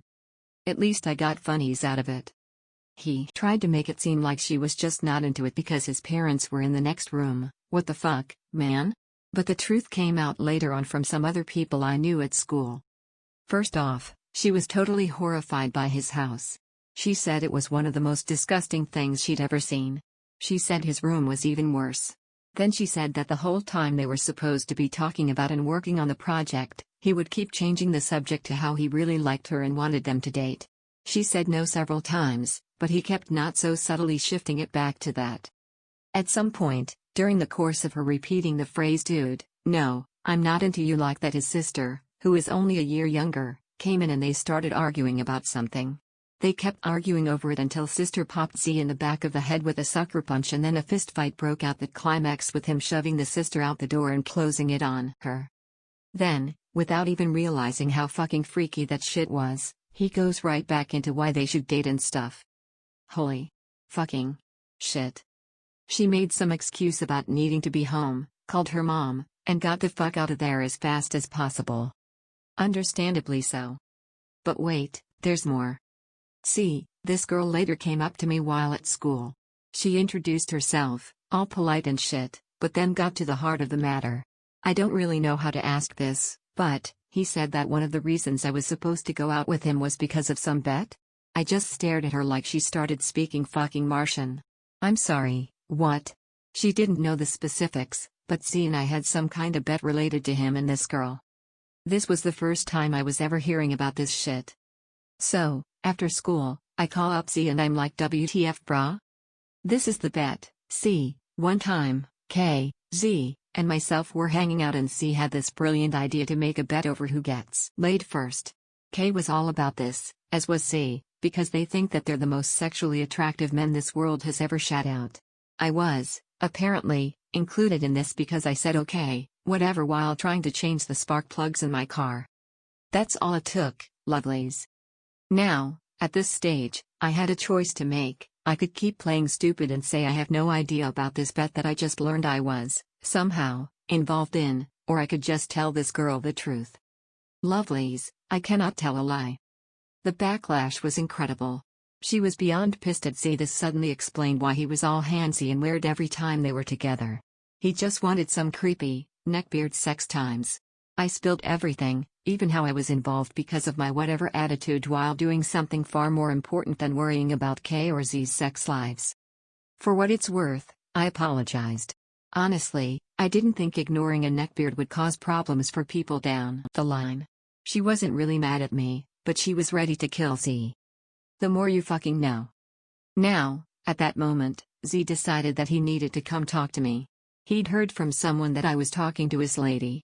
Not even dating, and yes, he called her that. He rounds the corner and zeroes in on me. What are you doing, man? I just shrug and laugh it off. I'm not gonna get into it with this motherfucker. His lady, on the other hand, she fucking lays into him, calling him a fucking perv and a creep and all kinda shit. She says over and over about how she never wanted to date him or was even thinking about dating him and that he needs to fuck off. His response? You don't know what you're saying, babe. I'm the best for you. Come on. And then he tries to grab her arm. She doesn't slap him, oh no. She fucking reels back and cold cocks this motherfucker right in his jaw. I mean, stepped into that shot. Hit so hard you fucking heard it. He goes back 3 steps, then falls over like an overplumped turtle. She says nothing and storms off. She didn't have to say anything, her fist spoke 1,000 words. I'm fucking dying. Holy shit, that was glorious. He tells me to shut up, faggot. And storms off as well. That was the last time I talked to him, but fucking hell, that was one brilliant left hook. Christianbeard Semi-Stalker by VenomCreep. This is a long one. So, a while back when I was 16, I had recently moved to a new town with my family. My mom wanted to meet up with this friend she had not seen in a very long time. We'll call her Brooke. In order to meet up with Brooke, we would have to stop by Brooke's parents' house for reasons I don't know. We pick up Brooke, and of course her and my mom are excited to see each other. Brooke mentions that her brother still lives with her parents and that he can be really awkward and douchey. That's fine, I'll just ignore him, that's just how I prefer to deal with jerks. However, douchey doesn't begin to describe this guy. I'm going to just pretend his name is Dustin for anonymity. Dustin is the type of person who will follow you from room to room talking about something and make sure you are listening to him. He would spend a lot of time talking about video games or anime, and would find ways to throw in weird comments about women these days when discussing themes or plots from his favorite games and shows. This on its own isn't a big deal, but he quickly got comfortable around me and tried to assert himself into a best friend sort of role of the next few weeks. At this point in time I really didn't have any friends and he hadn't done anything remarkably weird, so I didn't make any effort to stop him. He managed to find me on Facebook and had already sent me a friend request before we even for home from his parents' house, even though I didn't give him my last name or my Facebook info. I thought at first it was strange because my last name is super uncommon and my first name is not spelled the way you would normally think. I realized he must have searched his sister's friends list for my mom, and then her friends list for me. Weird. In the weeks that followed, while he tried to be my best friend, he would constantly message me. As in, 7 straight hours of messages from him. He would send 30 or so at a time and I couldn't even read them all, so I did my best to read what I could and respond politely with 1 or 2 lines. For every 50 or so messages he sent me, he would get maybe 1 or 2 back, but it didn't deter him in the slightest. My mom honestly thought that he and I had become friends and made it a point to tell him he was welcome at our house anytime. Of course, he shows up every day for hours and cannot be persuaded to leave before any long period of time. He wasn't rude or anything, but as he got more comfortable it became clear that he had very strong fundamentalist Christian views and was a hardcore conservative. I don't particularly mind other people having their own views and beliefs, after all it's a free country, but Dustin would go on and on about how gay people should act, and how women should be submissive and docile. He even went into detail about very political conversations he's had where people would discuss the best way to implement a biblical legal system in order to better control women. Dustin kept trying to get me to agree with him and validate his opinions about this. I didn't agree with any of it, and since my entire household was made up of women, it made pretty much everyone uncomfortable. Looking back, Honestly, it seems like the reason he wanted me to agree with him is because he wanted to know if I would be the kind of conservative girlfriend he was talking about. He made it a point to talk about how girls were never interested in him, and he was adamant that it was because he was only willing to allow godly women in his life, and most girls just couldn't deal with it, as if women should bend over backwards to be with him. Dustin also would say things to me like, "You're not like those girls, you're not a party-addicted skank." At this point I made it clear that he could not come back to my house, but my mom still invited him to run errands with us, like grocery shopping. Not long after we had moved to this city, there was a serious family emergency and we had to move into my grandparents' house to keep it in the family. We genuinely did need extra help moving everything, because not all of it could fit in our U-Haul and we could only afford one. Naturally, my mom asks Dustin to help because he has his own truck. Dustin agrees, and because there was literally no room for me in the U-Haul, I had to sit with this idiot. He kept promising to come see me every weekend, and wanted me to promise to stay in touch with him. I told him it was a ridiculous idea to drive to a whole other state every weekend just to hang out, but he kept insisting that it was no big deal and was totally worth it. After we got everything unpacked and he left, the messages continued, but changed to a different tone. He started talking more about our mutual interests, like certain video games we both liked, and it became clear that he was trying very hard to assert himself as a boyfriend the same way he asserted himself as a best friend. He would do things like not just commenting on everything I posted, but if any other guy commented he would berate them about what they were doing on my post, or if they knew anything at all about the post and basically quiz them about it. Dustin also would message me constantly and talk about relationships and what I wanted in one, and ask me if I thought he was a good boyfriend or quality boyfriend material. Every time I posted a picture he would always leave multiple comments, many of which heavily implied we were in a relationship, and then he would message me about the picture. At least once in his daily stream of messages he would ask if the weekend coming up would be a good time for him to visit and maybe stay the whole weekend. No matter how often I told him no, you can't come here, he would still ask later. After about 2 weeks of trying to ignore Dustin completely, he starts getting super salty towards me and everyone I interact with online. He would start fights on my posts with my friends and relatives, and when he messaged me it was very passive-aggressive and sarcastic. He'd message me for 10+ minutes at a time with no response about coming to see me, and in the end finish it off with, "Or you can just keep ignoring me," and he would often throw in insults saying I had a mustache or I must have found good dick with low standards. At one point he threatened to come to my house unannounced and potentially armed. I just blocked him after that, but he kept trying to talk to me through other people on Facebook for over a year. My sister, for example, refused to unfriend or block Dustin, even though she was well aware of what B was doing and was even willing to relay spiteful messages from him to me for a while, even though I told her I didn't want to hear from him. I haven't heard from him in a little over a year, but I stay in touch with his sister, who has also completely cut contact with him for unrelated reasons. The last she heard of him, he was banned from a youth group for verbally abusing female members. Friend I've technically known since kindergarten is the biggest neckbeard I know by Bloodskyangel. Hey, sorry I am on mobile, so I'll give all disclaimers that go with that, such as spelling mistakes, grammar, and all that. So as I said in the title, I've known this guy since kindergarten and we are in our mid-20s. You'll call him a-hole since he is actually kinda proud to be a jerk because he thinks it counts as funny, therefore it's a personality trait. I have too many stories to tell, so I'll give a brief taste as to what he's like. If there is any interest, let me know and I'll give actual stories. So a-hole is quite large to the point where his body shape is round. Think of Fat Gum in his fat form from MHA. Prepubescent beard and mustache, and dresses solely in flannel shirts or band shirts and jeans. He doesn't smell bad except in the personality department. As I said, he thinks being a jerk is a personality trait, and when I told him that it won't get him a girlfriend, he tells me I shouldn't have to change for a girl. She should like me for who I am, that's what everyone says. He was twisting the "be true to yourself" saying so he could continue his antics. What antics? Well, There was the stalking of girls who was his type, which was big titty hot goth/emo girls. He thought that if they talked to him then they were into him and only hot girls would be interested in him because that's all he was interested in. He got jealous whenever the girls he liked had boyfriends but wouldn't say anything to them before they got boyfriends about how he felt. He would just make jokes and talk about similar interests as if that would sudden blossom into a relationship.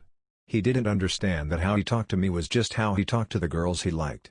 He would never consider me as a potential GF because I'm not his type. I'm fat AF, but I wouldn't say I'm unattractive.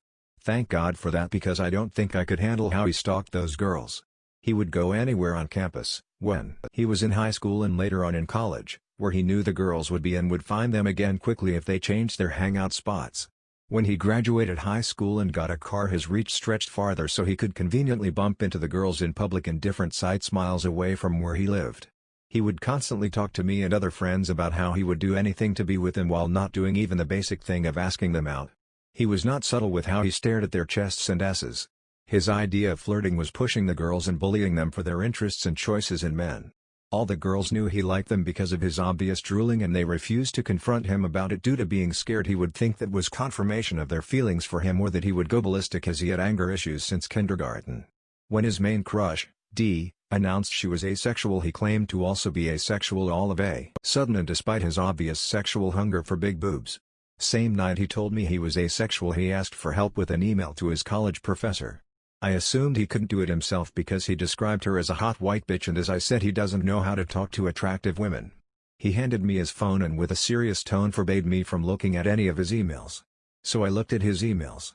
I found several emails taking to bots from porn sites that promised him a good time for a small fee, and him asking what would be included in the fee as if he was setting up a mobile plan.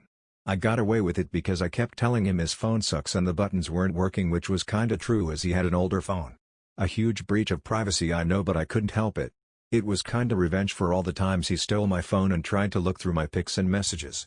I always got my phone away from him before he reached anything scandalous.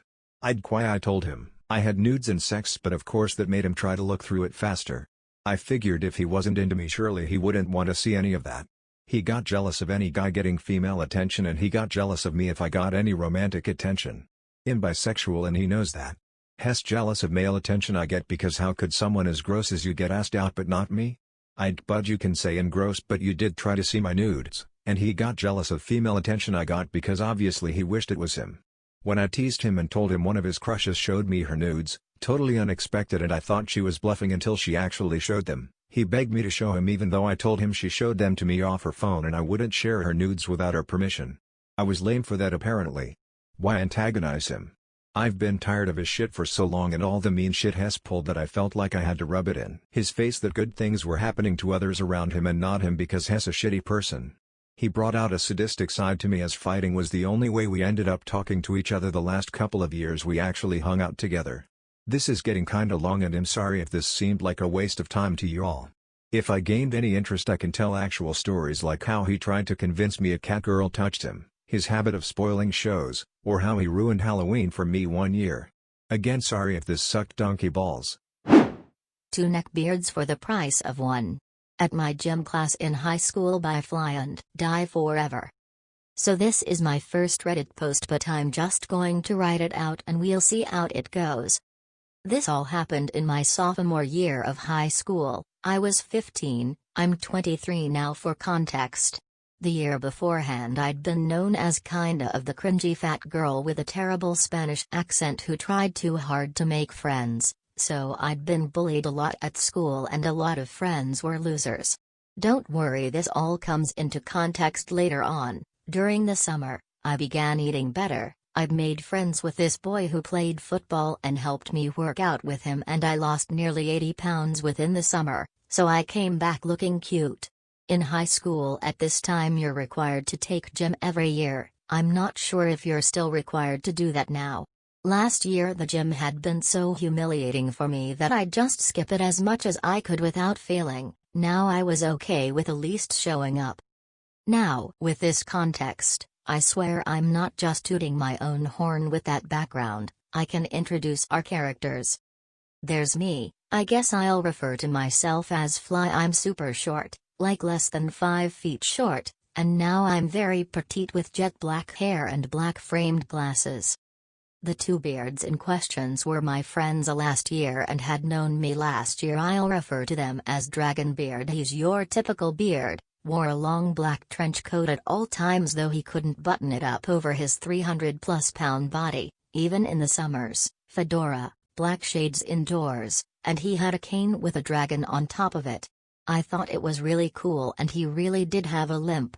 Even though he was my age, he could have passed for 30 with a fat chin beard and patchy beard growing and long dark brown hair. Our second beard was the skinny version of the Beardy. Let's refer to him as Edgebeard. He was as pale as the gym white walls. I wouldn't be surprised if he lifted his shirt up and all of his organs were visible to the world.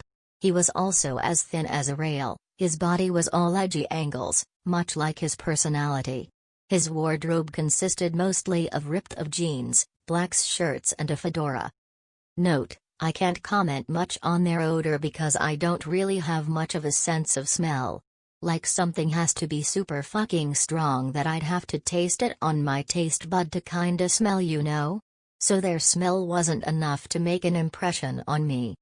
So this is the first day of school and I'm kinda nervous. I keep my head low and head to gym locker rooms. I could hear murmuring going on around me, and from the little bits and pieces I got from people was that they were trying to figure out who I was. I have terrible anxiety now. Back then I didn't have words like anxiety or depression, so I was just beginning to sweat too hard and fumbling with my clothes half naked, trying not to fall over and make a fool out of myself before running out of there. The first person I ran into was Dragonbeard. He was leaning against the wall, trench coat over his gym clothes with his cane, breathing hard as he looked at me a little too hard. We'd eaten lunch last year together in large groups, and people played Pokémon and anime together. I gave him a shy wave. He seemed to narrow his eyes at me over his sunglasses. "Fly?"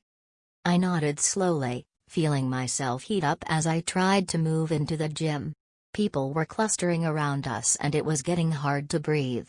But he seemed to want to talk in the middle of the hall. Being big and tall, it was easy for him.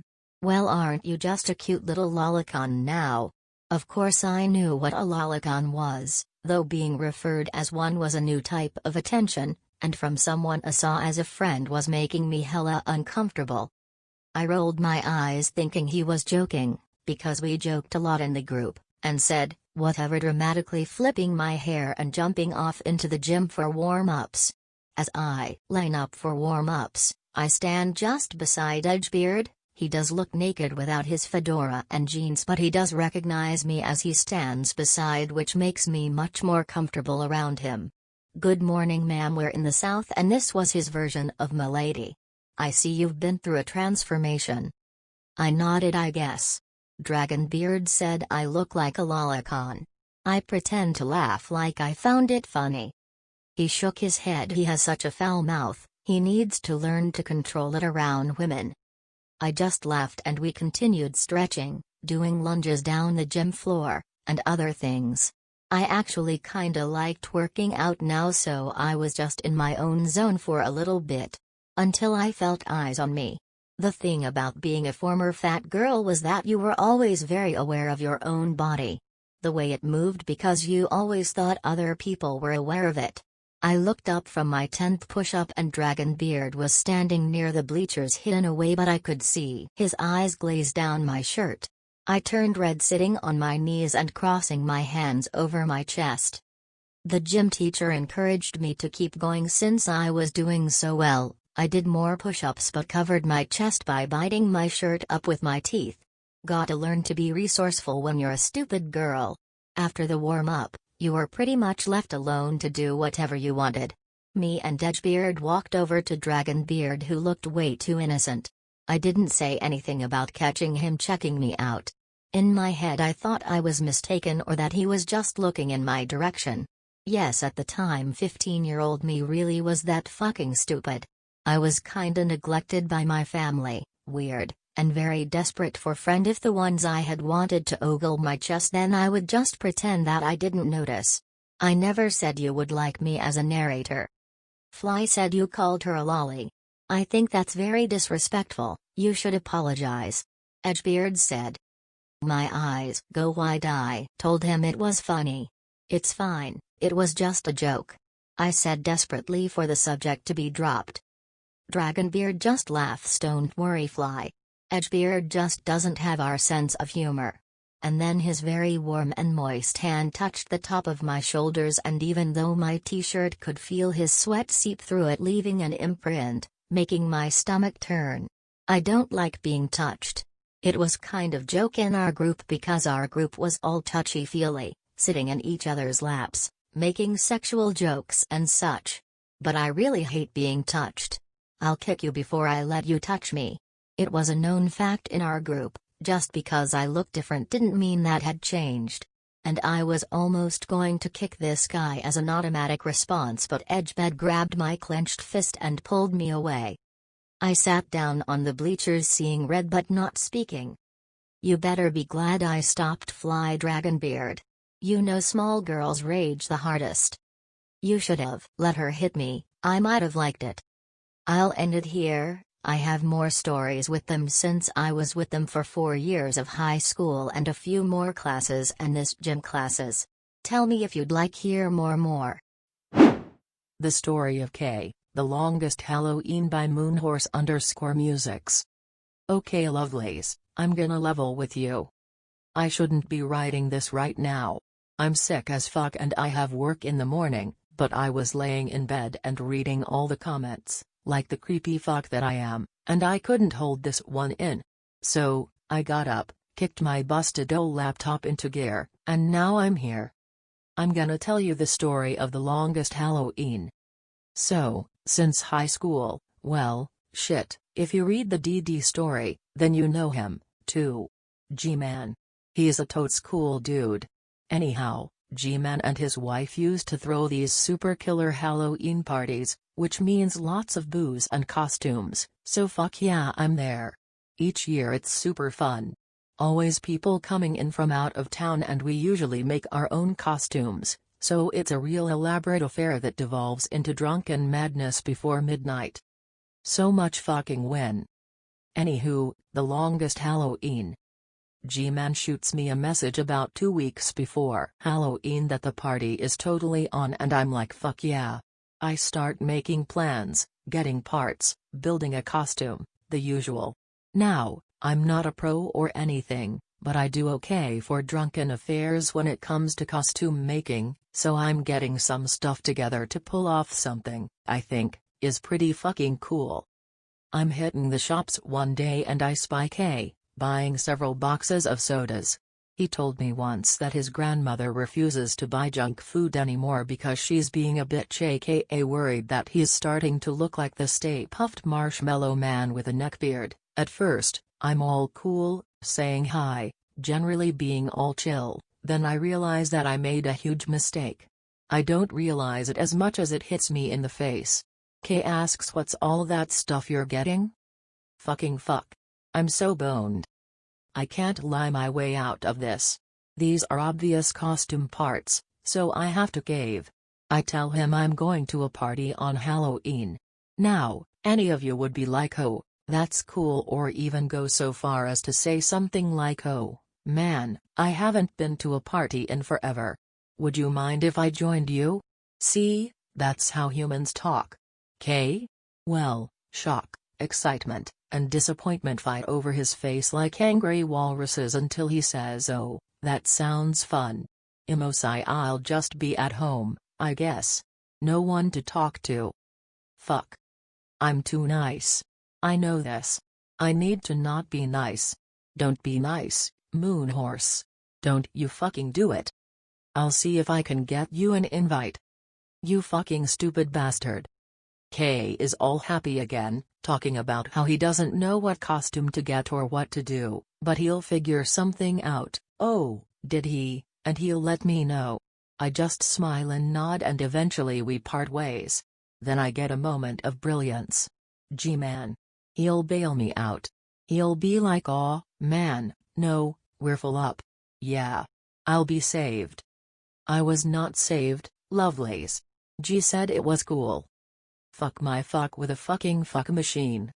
Okay, It can't be that bad. I'll just focus on my stuff and, knowing K, he'll have a sudden raid or some shit and he won't be able to come. The universe will work itself out. I let K drop out of my mind as I continue to put my outfit together. I am not telling you what it is on purpose. Come on, can't spoil the surprise. So, I get my ducks in a row, then wonder why I have ducks, then get back to actual work. All is cool and fine until 2 days before Halloween. K is calling me. This is it. He'll cancel, right? He didn't. My fuck has driven off of Dead Man's Curve. The car exploded. The fuck was fucked. Fucked too soon. He starts going on about some costume that he's working on and how it's awesome, and I have no idea what it is because I don't know any of the names he's dropping, but he acts like I should, so I just kinda unsure my way though the phone call. Oh man. I'm a little freaked out, but hey, let's see what's going to happen, right? So, Halloween night, I'm all dressed up and ready. I hop in the truck and it's off to the store for some booze, then off to the party. Always bring wine, lovelies. It's the polite thing to do. I stop at Kay's place, ring the bell, and wait. Then, he appears. He's an orc, and by that I mean he's made armor out of the soda cases he had, painted himself green, and is carrying around some kind of Fomax thing. Oh boy, I bet this costume has so much history and I'm gonna hear about it all night. Thankfully it's not a long drive to G-Man's place and soon, we're there, and in the door. Kay is happy, mainly because he's getting a few compliments about his costume. It's interesting is the most common one. As for me? Well, let's see, I grew out a scraggly as fuck beard, never again. That shit fucking hurts, sweatpants, socks, t-shirt that's a loud pink, and dyed a stripe of my hair a bright blonde. I have never been more grump. Dang ass Sonic games. Kinda proud of myself with that one, sorry.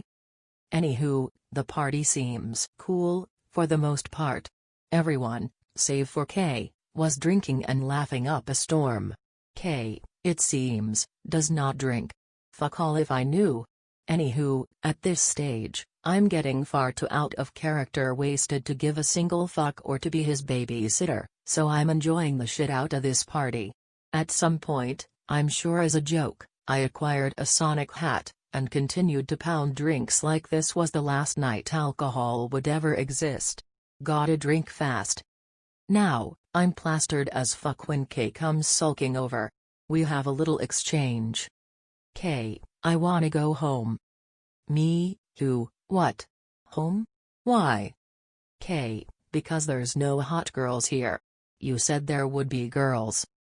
Me, I said no such thing. I said there would be booze and candy. Kay, well, I don't drink. Me, first time for everything, love. Go get fucking knackered. Kay, no. Drive me home. Me, not even if my dick was on fire. I'm far too wasted for that. Just go talk to peoples. They liked your costume, yeah? Go for it. He huffs and sulks off. His return wouldn't be for some time. Now, in the meantime, I'm drunkenly explaining to two of G-Man's buddies what polygumps is. Seriously. Fanfics about real people, and they're sexy. I'd be more against this if Danny wasn't so damn yummy. Don't judge me, we're laughing at it, having a good time, when from across the room I hear someone yell, "How fucking dare you!" Drunkenly analyze the situation. Bad, it's Kay's fault. I can tell from here. Worse, that was a female voice who yelled at him. Final analysis, he said something deeply misogynistic or fucked up to one of G-Man's friends. Like a boozed up RoboCop, I am coming to save the day. Come with me if you want to, you know, that thing. Fuck. I excuse myself from these two fine gentlemen and proceed to stumble over to this conversation. I nearly fell twice. That's an accomplishment. Better bring another glass of wine as a reward for myself. I meander up all smooth, which probably was more drunken stumbling, and say, with the utmost charm and class, "The fuck happened, now?" The offended female begins to explain what Kay had said. It was, of course, one of his long and winding tales about how women have forgotten how to serve their husbands, how feminism is the death of the modern man, and so on and so on. He is all flustered and tries to explain how he's right and she just doesn't understand because she's a feminazi. He loves that fucking word more than I love Guinness, and I fucking loves me some Guinness. I'm nodding, listening, deciding what is to be done about this fucking mess, when I hear a voice from on high. "Moonhorse. This is not your fight. Aaron? Is that you? No, you're drunk, but seriously, man. Let this go. Is Sonic Boom really that bad? Seriously? Jesus. Did I say that? Or just think it? Was I talking? Did they hear me? Nope, they are still arguing. Now, while trying to figure out which hand is the one that I'm not currently holding a glass in, I see G-Man slide up. G-Man is a big guy, and I don't mean in girth. Dude installs security systems for a living, so he's used to hauling and climbing shit. He could kick my ass, but that's not saying much. Then again, I could kick Kay's ass, so then this happens. He grabs Kay by the shoulder, stopping his rant about the women's for a bit, and says, "I think it's time for you to leave." Kay is looking around the room, flustered that all eyes are on him and they're not happy. Whatever. He suddenly roars and storms to the door, then he looks at me. "Well?" he says, all expectantly. What? I slur back. "I need a ride home." He suddenly roars, all impotent rage and green face paints. I should do the right thing, I know that, but I remember the words of Aaron, "The tip of the penis is sometimes called the boober." That wasn't helping. What was the other one? Oh, right. This is not my fight. I shrug and toast him with my somewhat full wine glass. Good luck. He mutters something angrily and storms out. Now, before you get too upset, he lives 3 blocks away. He didn't want to walk that because, well, he doesn't like to walk anywhere. Honestly, I think that if he could get away with it, he'd use the electric carts in stores when he goes to get junk food. It's not quite over. See, next day, among the pictures of drunken friends in costumes, I get this really angry and really long message about how horrible I am for not arguing with that feminazi and how I'm the worst for not bringing him home. I reply to Kay by saying that I don't follow his MRA stuff and I wasn't driving fucking anywhere with how fucked up I was. I explain that, if you're going to start throwing around stuff like that in public, then you have to be ready for someone to say that you're wrong and, basically explain what an argument is. He ends this conversation with this gem, "Well, I might forgive you if you buy me lunch, but I'd have to think about it." I didn't buy him lunch. That's not my fight, either. Paint Quest, or, Just Let Me Buy My Stuff by Grey-Ghuleh. I have lurked on this sub for some time, and I am both pleased and ashamed to say that I have a story to add to this treasure. Please forgive any formatting issues as this is being written on my phone. Warning: Lyin post. Characters: Ghuleh, myself. Young 20-something female. Likes games. Loves liches. Neckbeard in question, Neek, a backroom lurker at the game shop. Never seen the dude before and frankly hope I never do again. Boyfriend. Does not appear but still a part of this fiasco. _ I tried getting into tabletops a few times, but every time I did the group was simply too big. I'd get bored/discouraged/annoyed when rounds took an hour, so I mostly gave up on it. I did, however, find that I really enjoyed painting the minis. For those of you that do not know, there are enough Warhammer posts here that you should. Minis are physical representations of the game's characters. Boyf had ordered the Dark Souls tabletop. I was still getting into the game, but I was super amped because the tabletop version came with amazingly detailed minis and he was going to let me help him paint them. After looking into the models and such to select colors, I decided to head over to Boyf's place so I could prime the minis. I'd stop at the game shop on the way so I could pick up a few colors I would need. Mistake. I normally avoid the game sharp in the wee evenings if I am by myself. I have bad social anxiety and the guys in the back room can see people walking up to this sharp though huge windows, making me self-conscious. But, I figured it would be a non-issue. I'd get in, get out, and be on my way to painting paradise. There was a game going on in the back and I was able to slip in unnoticed. The guys that run the place are awesome. I asked one for opinions on getting the look of patina for a particular mini. After making my selection, I began to walk to the counter when I saw an amazing figure and I had to stop. It was some Warhammer figure, a huge lich on the back of a beast. I stopped to admire it. Mistake. I didn't see him as much as I sensed him. As I looked at the box and looked at the detailing, I became aware someone was standing very close behind me. Thinking it was the sharp guy with another recommendation, I turned with a smile that instantly evaporated. He must have noticed me from the door into the back room. I'm a tall chick, and this guy towered over me. He didn't have the characteristic funk of the garden variety neckbeard, but everything else was spot on. The neckbeard in question, Neck, was oily. Like, horrifically so. Imagine a greased pig in trip pants and a pube beard, and you have Neck. He looked at me with a look of interest and scrutiny. Anxiety. Ghuleh, oh, hello. Am I in your way? Neck, nah, I just saw you checking out that Nagash mini. Oh, yes, he's really cool. I'd love to paint him. If you want a powerful one, pick this one. Points to some mech. I don't play. I was just admiring the detail in it. I like painting them, you know. Scarf's so fake. Okay.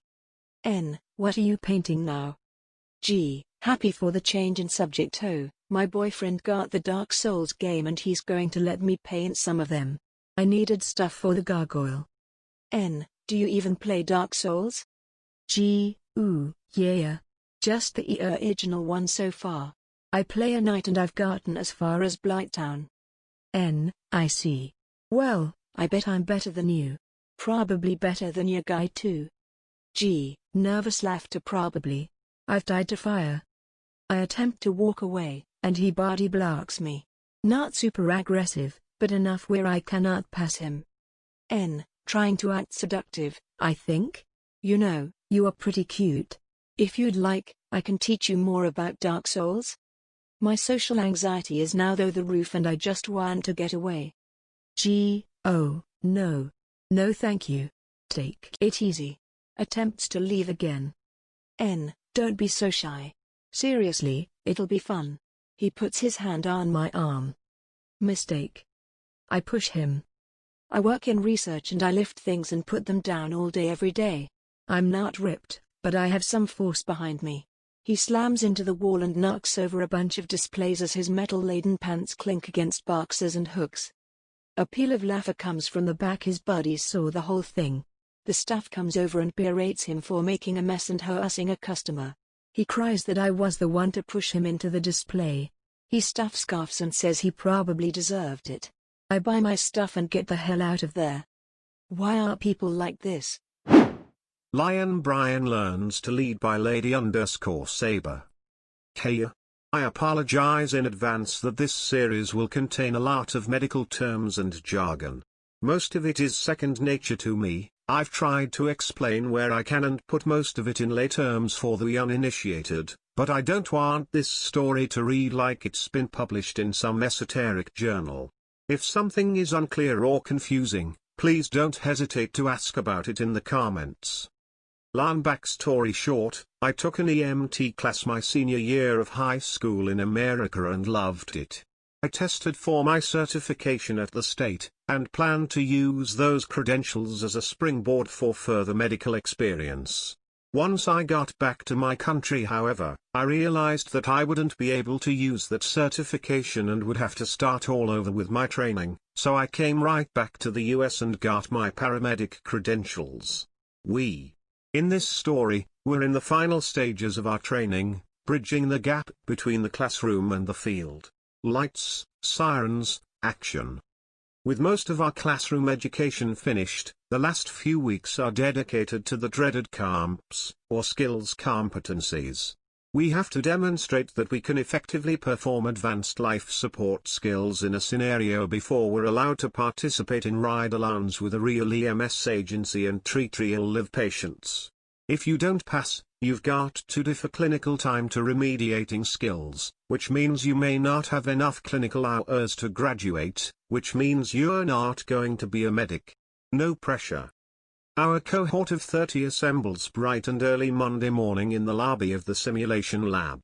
We're all in our colorful class uniform, a grey polo with a white undershirt tucked into black cargo pants over black boots and black socks. Uplifting. There's a light buzz of nervous conversation and a few small groups studying, but mostly everyone's just tense. Our simulation doctor, we'll call him Dan, explains the comps process once everyone's ready. Basically, we're to run 3 or 4 scenarios as a supporting partner and then as a lead medic. Our patient is just a mannequin, but has got real vital signs and can speak. We haven't used it before, but we're told to treat it exactly the same as a real patient. Dan says he'll be recording and running the scenario from the ominous-sounding control room. He flashes a smile, reassures us to have fun with this, and asks who would like to go first. No one is quick to raise a hand. Get it over with quick, anyone? If you start as lead you'll be home early. Alright then, alphabetical it is. Brian, you're up. I don't know Brian since we don't share any classes, but I've heard his name mentioned on campus in a similar way that Voldemort was mentioned on Hogwarts. Brian is a late 20-something guy of middling height with close-cut hair, freckles, and a caterpillar mustache all in the same dazzling shade of orange. His blue eyes dart turns just fast enough to be unsettling, and he doesn't quite seem to know what to do with his hands. Anyone want to be my partner? He rasps in a nasally monotone voice. Again, no one is eager to volunteer. Brian's partner will be lead after Hess finished, and we'll rotate through that way. You can leave when you're done. Come on folks, everyone's gonna go eventually, y'all ready for this? I find the prospect of getting the rest of the day off more appealing than stressing out in a dusty waiting room under a flickering compact fluorescent, so I raise my hand. We're fitted with lapel mics so Dan can hear our chatter. We have a cardiac monitor, a backpack loaded with supplies, and an oxygen tank in a green bag sitting on a stretcher outside the door to the simulation room. Dan wishes us luck, gives Brian a radio, and tells us he'll dispatch us soon. We're reminded again that we should run everything like a real call. Brian struggles to make small talk with me. I bet Hess going to give us a respiratory. I nod, too nervous to speak. I wonder if the anti-nausea meds in our bag are real, and am considering the repercussions of dosing myself when Dan's voice crackles over the radio. Medic 22, respiratory distress at 364 Warren Avenue. Ha. I told you it'd be a respiratory. He smirks triumphantly. He stares at me for too long, I give him a grimace and he looks away. Brian takes too long on the radio acknowledging the call. I love the radio. As we open the door to the simulation room, Brian mumbles something about running these all the time. He takes the stretcher by the head as I push from behind. We find our patient, the mythical super mannequin, lying on a couch with their chest heaving. The room's got carpeted floors, a coffee table, and a bunch of junk laying around. The lights are off, and it's pretty dim except for a table lamp. Brian dives straight in. Hey man, what's going on? He squeaks an octave higher than his normal voice. Brian hasn't noticed that our patient is a woman. A female voice emanates from the mannequin's mouth. Can't gasp, breathe, the lips don't move, but the speaker hidden inside the mouth is still pretty convincing. Okay man, well we're gonna help you. Brian places his fingers on her wrist to find a radial pulse. I stare uselessly for about 30 seconds before tapping his shoulder and whispering, what should I do? Brian turns on me and clenches his jaw. Damn it Lady Saber, I was taking a pulse rate and you messed me up. The patient continues to gasp, her lips noticeably blue and her eyelids now half closed. Brian stares at her for a few seconds before telling me to check her pupils. I tell the patient I'm going to shine a light in her eyes to see how her pupils respond. Why? She breathes. Because my partner told me to, I reply stupidly. Brian orders me to hook the patient up to the cardiac monitor, so I go to work attaching a blood pressure cuff, pulse arcs, and cardiac leads. I'm clumsy and slow about it, but I scratch down a basic set of vital signs on a notepad. I try to tell Brian what I've got, but he holds a hand in front of my face while he talks to the patient. Okay man, I think what's happening right now is you're having an allergic reaction to something, so I'm going to give you some medicine to fix that up, alright man? I've halfway pulled my stethoscope out of my pocket to listen to lung sounds when Brian tells me to start and for unha. He opens our med bag and flings it open, yanking on zippers and flaps while I set up and foresight. Dan's voice cuts in on the radio. Brian, you should start the fourth. Lady Saber can draw your medication. Brian rolls his eyes and snatches the needle from me, forcing his way between me and the patient's arm. My knee bumps the oxygen bag.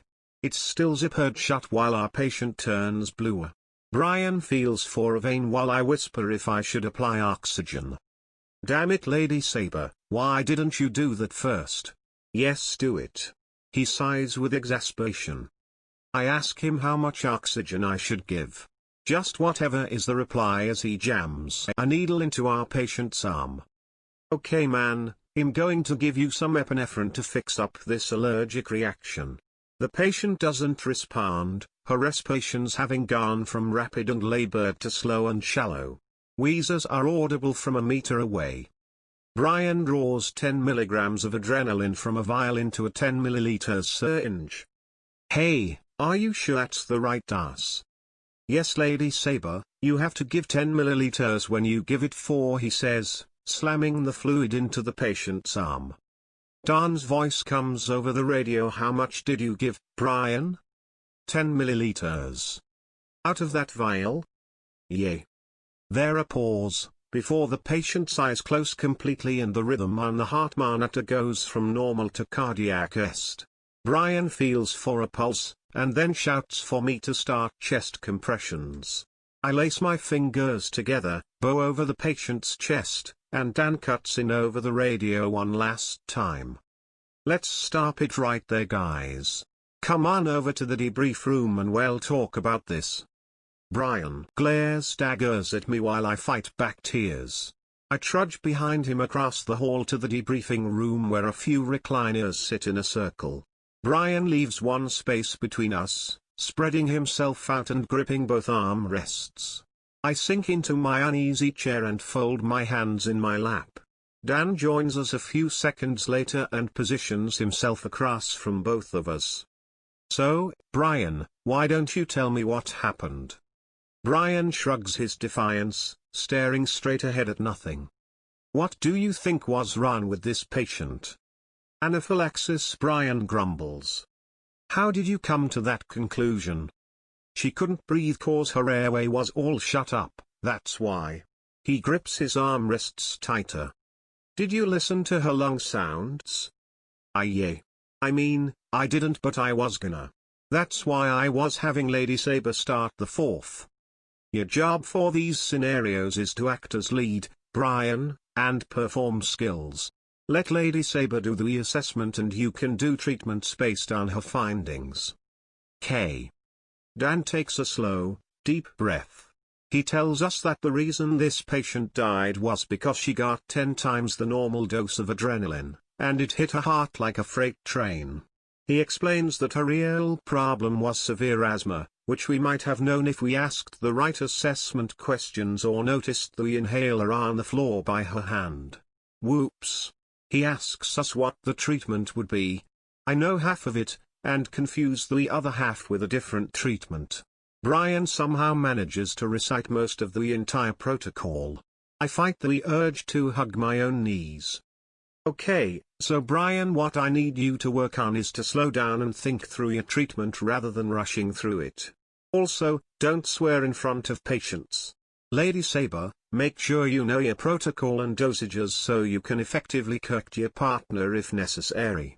Now I can tell y'all are both not really in a position to run another one, so you can either take a break and go later or just call it a day and try again tomorrow. Brian stands and storms out. I know that if I leave too, he'll never want to go back. I stay and run 3 scenarios as lead, and only manage to kill 1 patient. When I get home, Terry's an email from Dan to our whole class. He congratulates us on a good start.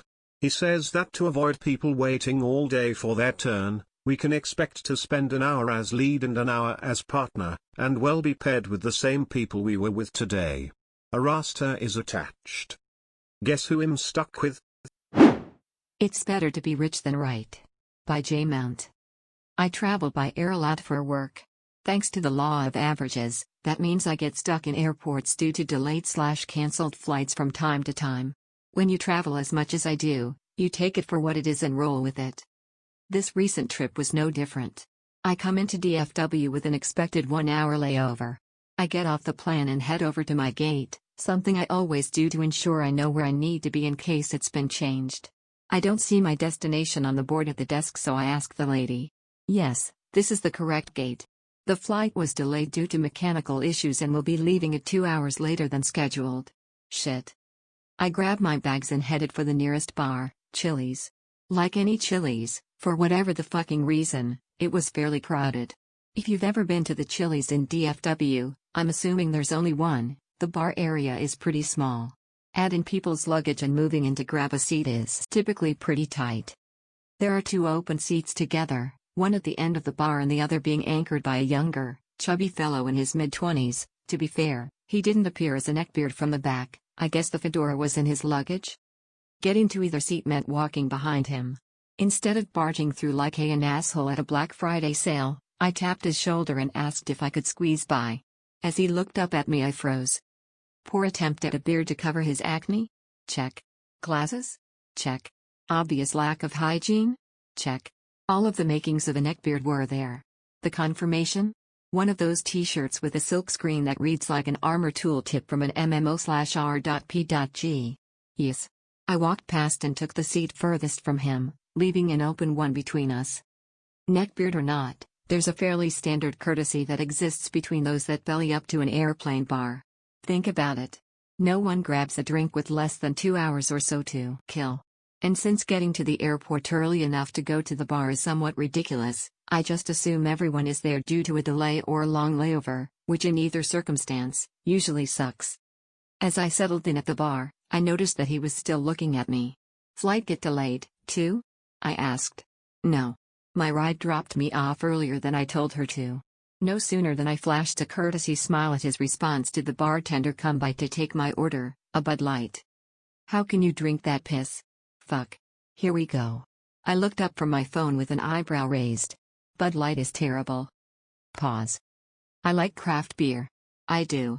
One of the most neckbeard things I've personally ever done was drink a 4-pack of Sammy Smith oatmeal stouts. On the beach. In June. But if I can offer you a pro tip, never order a craft beer at an airport bar like Chili's. No one drinks them and they taste like shit because they're old. I know. I've made that mistake a few times.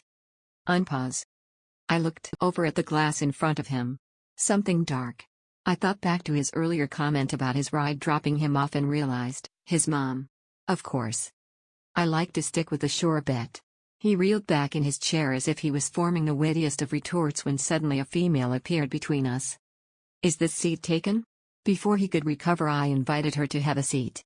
To ass is this milady, she was probably in her late 20s, wearing professional attire and came in at a solid 6, but probably a 7 if she hadn't been traveling.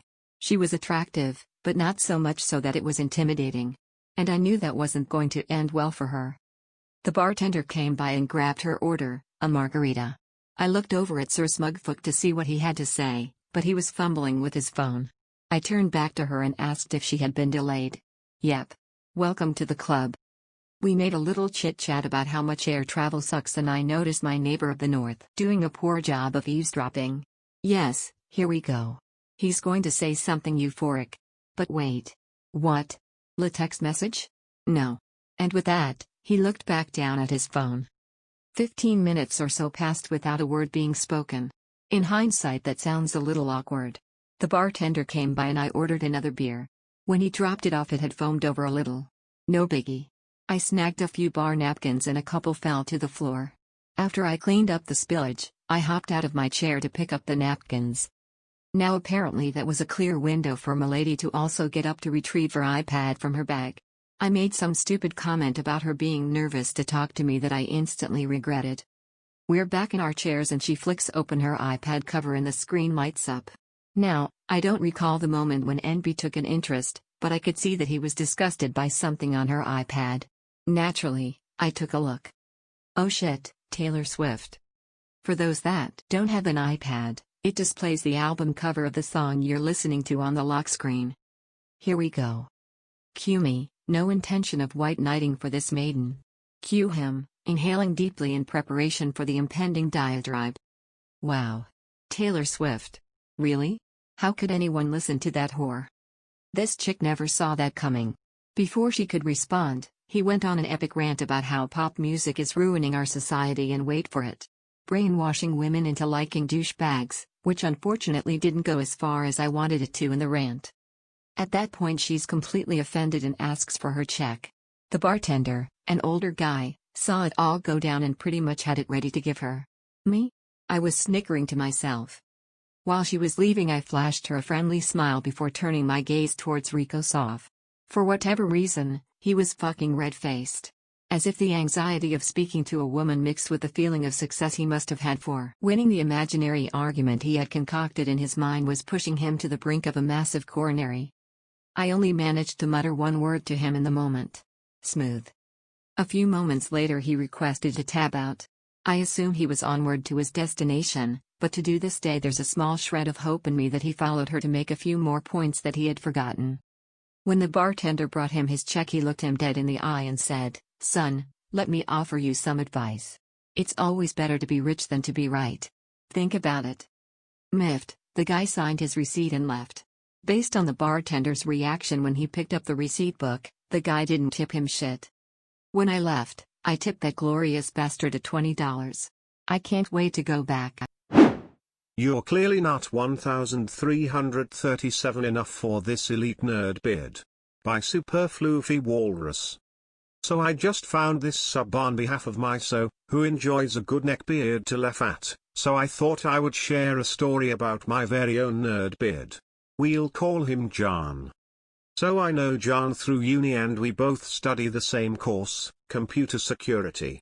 So he's your normal nerdbeard, overweight, wears a fedora, holier than thou attitude, blames his failures on everyone else and so forth. When I first met John it was in his second year of uni. I found out I hadn't seen him in first year before as he had failed the previous year and was held back, so was now in our class year. He seemed odd, but overall nice enough. He was always talking about he managed to hack this and hack that and was awesome. He wouldn't ever be able to tell us how he did it, as imparting knowledge wouldn't keep him ahead of the curve, you know. For myself I am a pretty well-dressed guy most of the time and work hard. John never used to like my corporate approach to life, earning money and going places, although this really isn't the case. Anyone with a shirt and job is a corporate tool. Another thing about myself is I'm a bit of a PC hardware lover, and that's where I finally realized the nerdbeard had evolved. PC Master Racing. A friend and I were discussing Skyrim when John came over and joined in. We had been talking for a few minutes when I mentioned something that gave away that I had been playing it on the Xbox 360. Once this came to light I was immediately informed how I was an idiot for ever considering Xbox.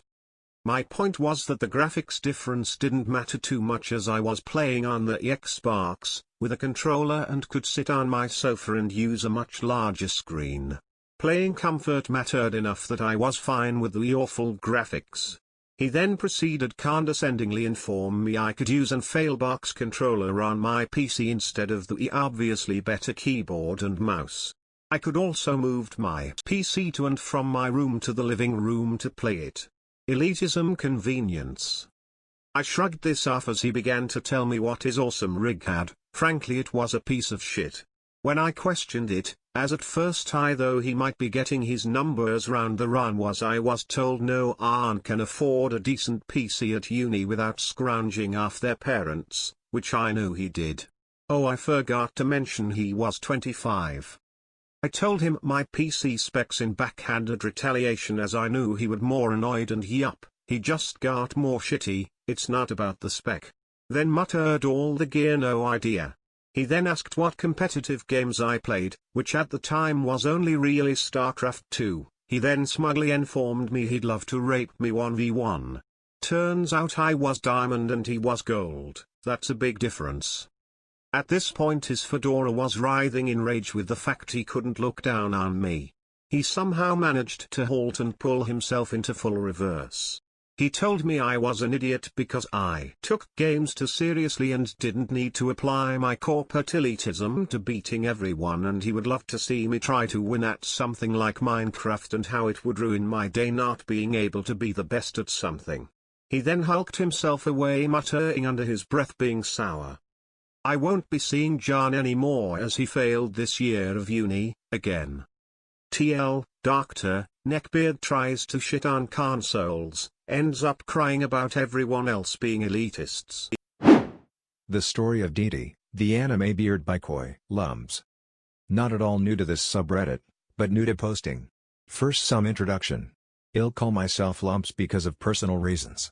I'm the vice president of the anime club at my school to be president this coming school year. I put quotes around it since the president I'm following basically put all the responsibility of me while he sat in the back on his phone. Well, call him Bruce. Last school year was my first year in power as a vice. We meet weekly and almost everyone in my club are very nice, open, respectful people. During our meetings we'll take suggestions and vote on what to watch the first episode of that day so that we can remain democratic. Enter the new freshman Neckbeard. I call him DeeDee because he looks like he would be a fat patchy bearded version of the character from Dexter's Lab. On to the first story. On the first day of club, we have the annual tradition of writing our favorite shows on the board and vouch for them.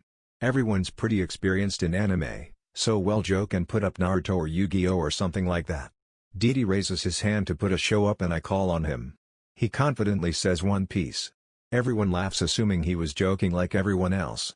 Then he just stares down everyone looking insulted, and that's when we realized, oh god, Hess serious? He then goes on to explain why One Piece is amazing for reasons like deep subplots that you'd never understand and great character dynamic. At first I assumed he was just new to anime and that we could knock that out of him soon enough, but no. He knew every single anime the others put up on the board.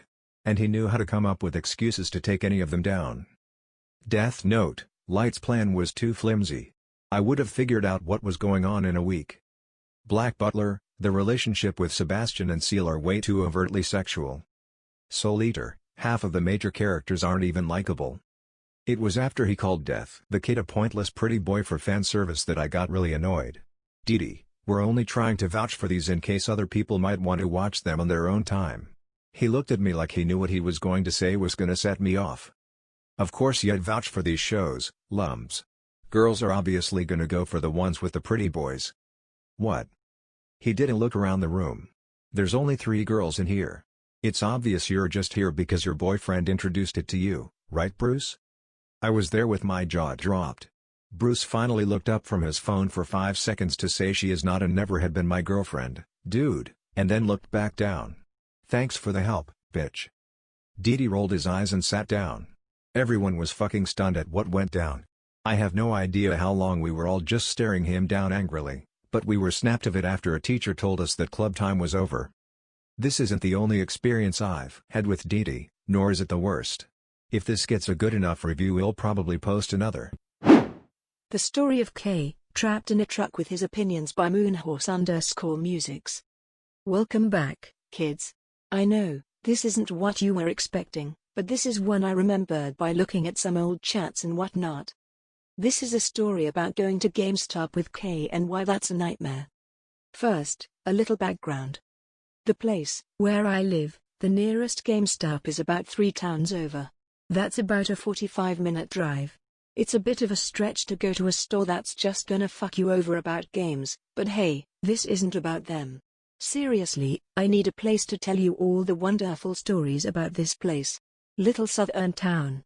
You can imagine the rest. Kay has this love/hate relationship with GameStop in a big way. Several times I've had to go there with him, only to have him leaving the store, red-faced and muttering profanity, and then go on a tirade about shit after we get back in the truck. The truck, my baby. I love this truck. It's not overtly special or modded or anything, but it was left to me by a family member that means a lot to me, but that's not important. What you do need to know about it is this: it's a 90s era pickup, so small cab. No back seats or anything like that. This is the tiny box I'm trapped in with Kay and his opinions as we have to go to the other town to get to GameStop, and no, before you ask, he never paid for gas. Cheap bastard. This little story wasn't too long ago, so this was after the fanfiction phase, I think. He might still be making them, but if he is, I don't know about it, and, instead, he's moved on to playing lots of MMO games and having what's a good way to say this? He has interesting opinions on women. Interesting, as in oh, look, a bus exploded, that's interesting. This is gonna be a long ride. Now, why was I even bothering to go with him on this trip? Well, across the street is this wonderful liquor store that was selling sake on the rather cheap side.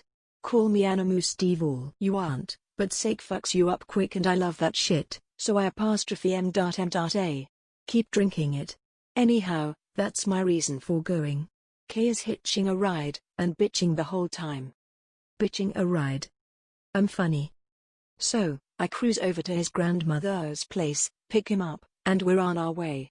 Now, look, he's not completely horrible, but there are subjects you just don't bring up on Kay, otherwise the conversation will never go back to civil or polite. He has these really misogynistic views about women.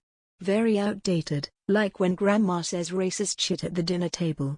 To give you an idea of how fast this can change, this is the conversation leading into his ranting. I made a passing comment about how games seem to be following the same trend as movies, i.e. more about looking pretty than about substance. Obviously not all of them are doing that, but it kinda seems to be a common thing.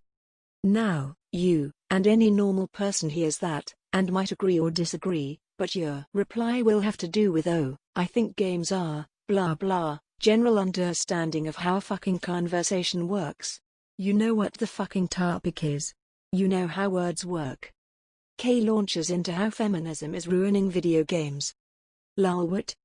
I'm not floored by this because I am or am not super feminist, pretty sure I talked about that already. I'm floored because I can find the trail of fucking breadcrumbs that lead to this conversation starting.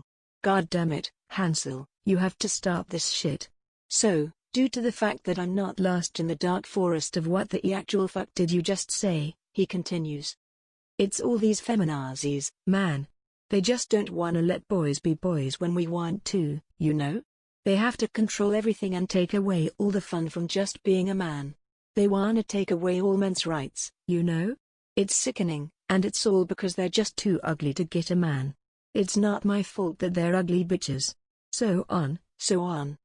So, now that you read all that, and I'm sorry you had to, let me ask you this. What the fuck does that have to do with what I was talking about? He keeps talking like that for 45 minutes. 45. I don't know how I didn't push him out of the truck while doing 60. Finally, we make it to GameStop. He's all excited to get some game. Dude, I dunno. At this point, my brain feels like sludge from being covered in Neckbeard tantrum speech. I can't brain word thoughts to my mouth hole. The GameStop shopping experience with Kay is always the same. He looks for something, and if he can find it, he hates the price, even if it's cheap, and complains about it so loudly that I have to study the Xbox games intently and pretend I don't know him. I don't even own an Xbox, that's how embarrassed I am. Halo 12. Looks fucking amazing. Please don't talk to him. Eventually, some poor staffer has to come talk to him. I'm not GameStop's biggest fan, but these poor schlups are just trying to earn a paycheck. Don't get all uppity about a PS3 game to them. They could honestly give zero fucks about what your gaming experience is, but they fake it for a paycheck, like we all do. It's called the service industry. We don't really like you, But $7.50 an hour is all I'm getting, so here comes the shit-eating grin and the EO-X game is too utterly awesome. Will that be cash or charge? K, however, believes that if you have the uniform, you are directly in contact with whomever is in charge, and he lets his rage about paying $20 for a $40 title be shown. He's seething about how this price is an outrage because this game is 2 months old and it should be cheaper. I, on the other hand, am trying to become part of this Xbox game because any place is better than here, listening to this entitled bullshit. Eventually, as he always does, he gets the game. I'm silently apologizing to the staff while he storms out, and now we are, finally, going to get what I came for. Oh, sweet Japanese booze, I can taste it already. We're in the truck and I'm starting up the engine while he complains about the price of the game, then emo-sighing and talking about how well, at least I can play it now. I just nod and go sure. One last stop and you can be home playing it. K gives me this look as I'm putting the truck into gear and this happens. K, what do you mean? Me, I gotta go across the street. K, why? Me, I told you why before we left. I wanna get some wine. K, I need to get home. Me, yeah, and you will as soon as I'm done. K, I need to get home now. I mean, I have to. I have stuff to do. Me, it's one stop. I'm not gonna be long. K, no, man, I need to get home now. This motherfucker. This motherfucker right here. I spent 45 minutes listening to him bitch about feminazis. I spent another hour being embarrassed of his behavior in a game store that, honestly, I'm too ashamed to ever set foot in again, and now he's denying me the one fucking thing I came to get. I don't fucking think so. Me, we're going across the street. K, no, I need to get home. Me, why? What is so fucking important that you can take another 10 minutes to wait? K, I have a raid in a few minutes. Me, a what? K, a raid? It's super important. I have to be there for that. Me, I'm gonna regret this, but what the fuck is a raid? K, you'd know if you played WoW. Oh my lord. Sweet Jeebus on a pogo stick. I just stared at him, dumbfounded, while he explained that this raid was the most important part of his day and I needed to bring him home and he had to be there because the guild was setting this up last night and we needed to leave now. So, lovelies, let's recap. K expected me to take him 45 minutes to a store, listen to his nonsensical bitching, listen to him berate staff in a GameStop for not adhering to his perception of the universe, aka, the Beardoverse, and now I was to take him home, and he didn't even have the decency to offer green for fuel. Fuck this. I don't even reply, I put the truck in gear and drive. He's all smug for a bit, thinking he got his way, and I don't even explain. I go to the light, wait, then go right across the street, ignoring all his sharp little psha noises. I park, look him dead in the face and say, with the most malice I can muster, I'm going to get my wine.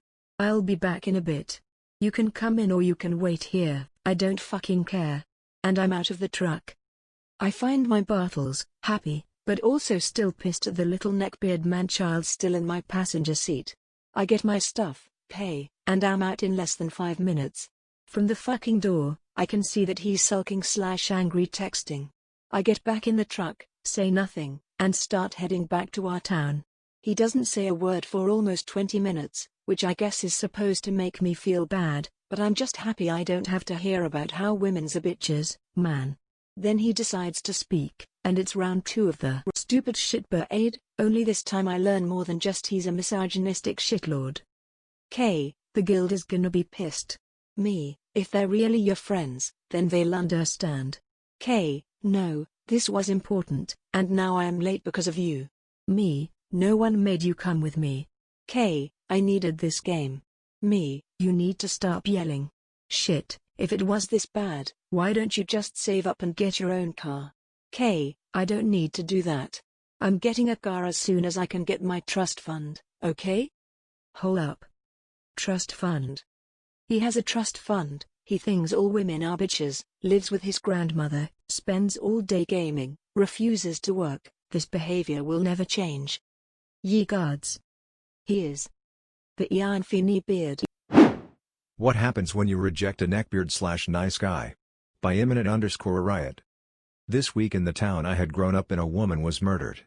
I don't want to link to the article, mostly because it doesn't give the details that I know, and I only know them because my friend knew her and what was going on. This woman was being harassed by this guy. He kept telling her that he could treat her right, so much better than her husband. He called and texted and bothered her constantly. He tried to convince her that her husband wasn't good for her, that they should run away together after he got a lot of money in a settlement and wanted them to start a new life together.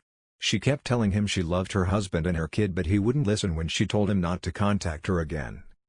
The other day he came to her house, and my friend speculates that she let him in because she wanted to convince him one more time to leave her alone. He shot and killed her for rejecting him. I live in a very rural area, and frankly neckbeard/nice guys scare me more than the rednecks. Because the rednecks will leave you alone once you walk away usually. Neckbeards don't give up, we see it all the time in these stories, and they make threats when they don't get their way. It's so fucked up.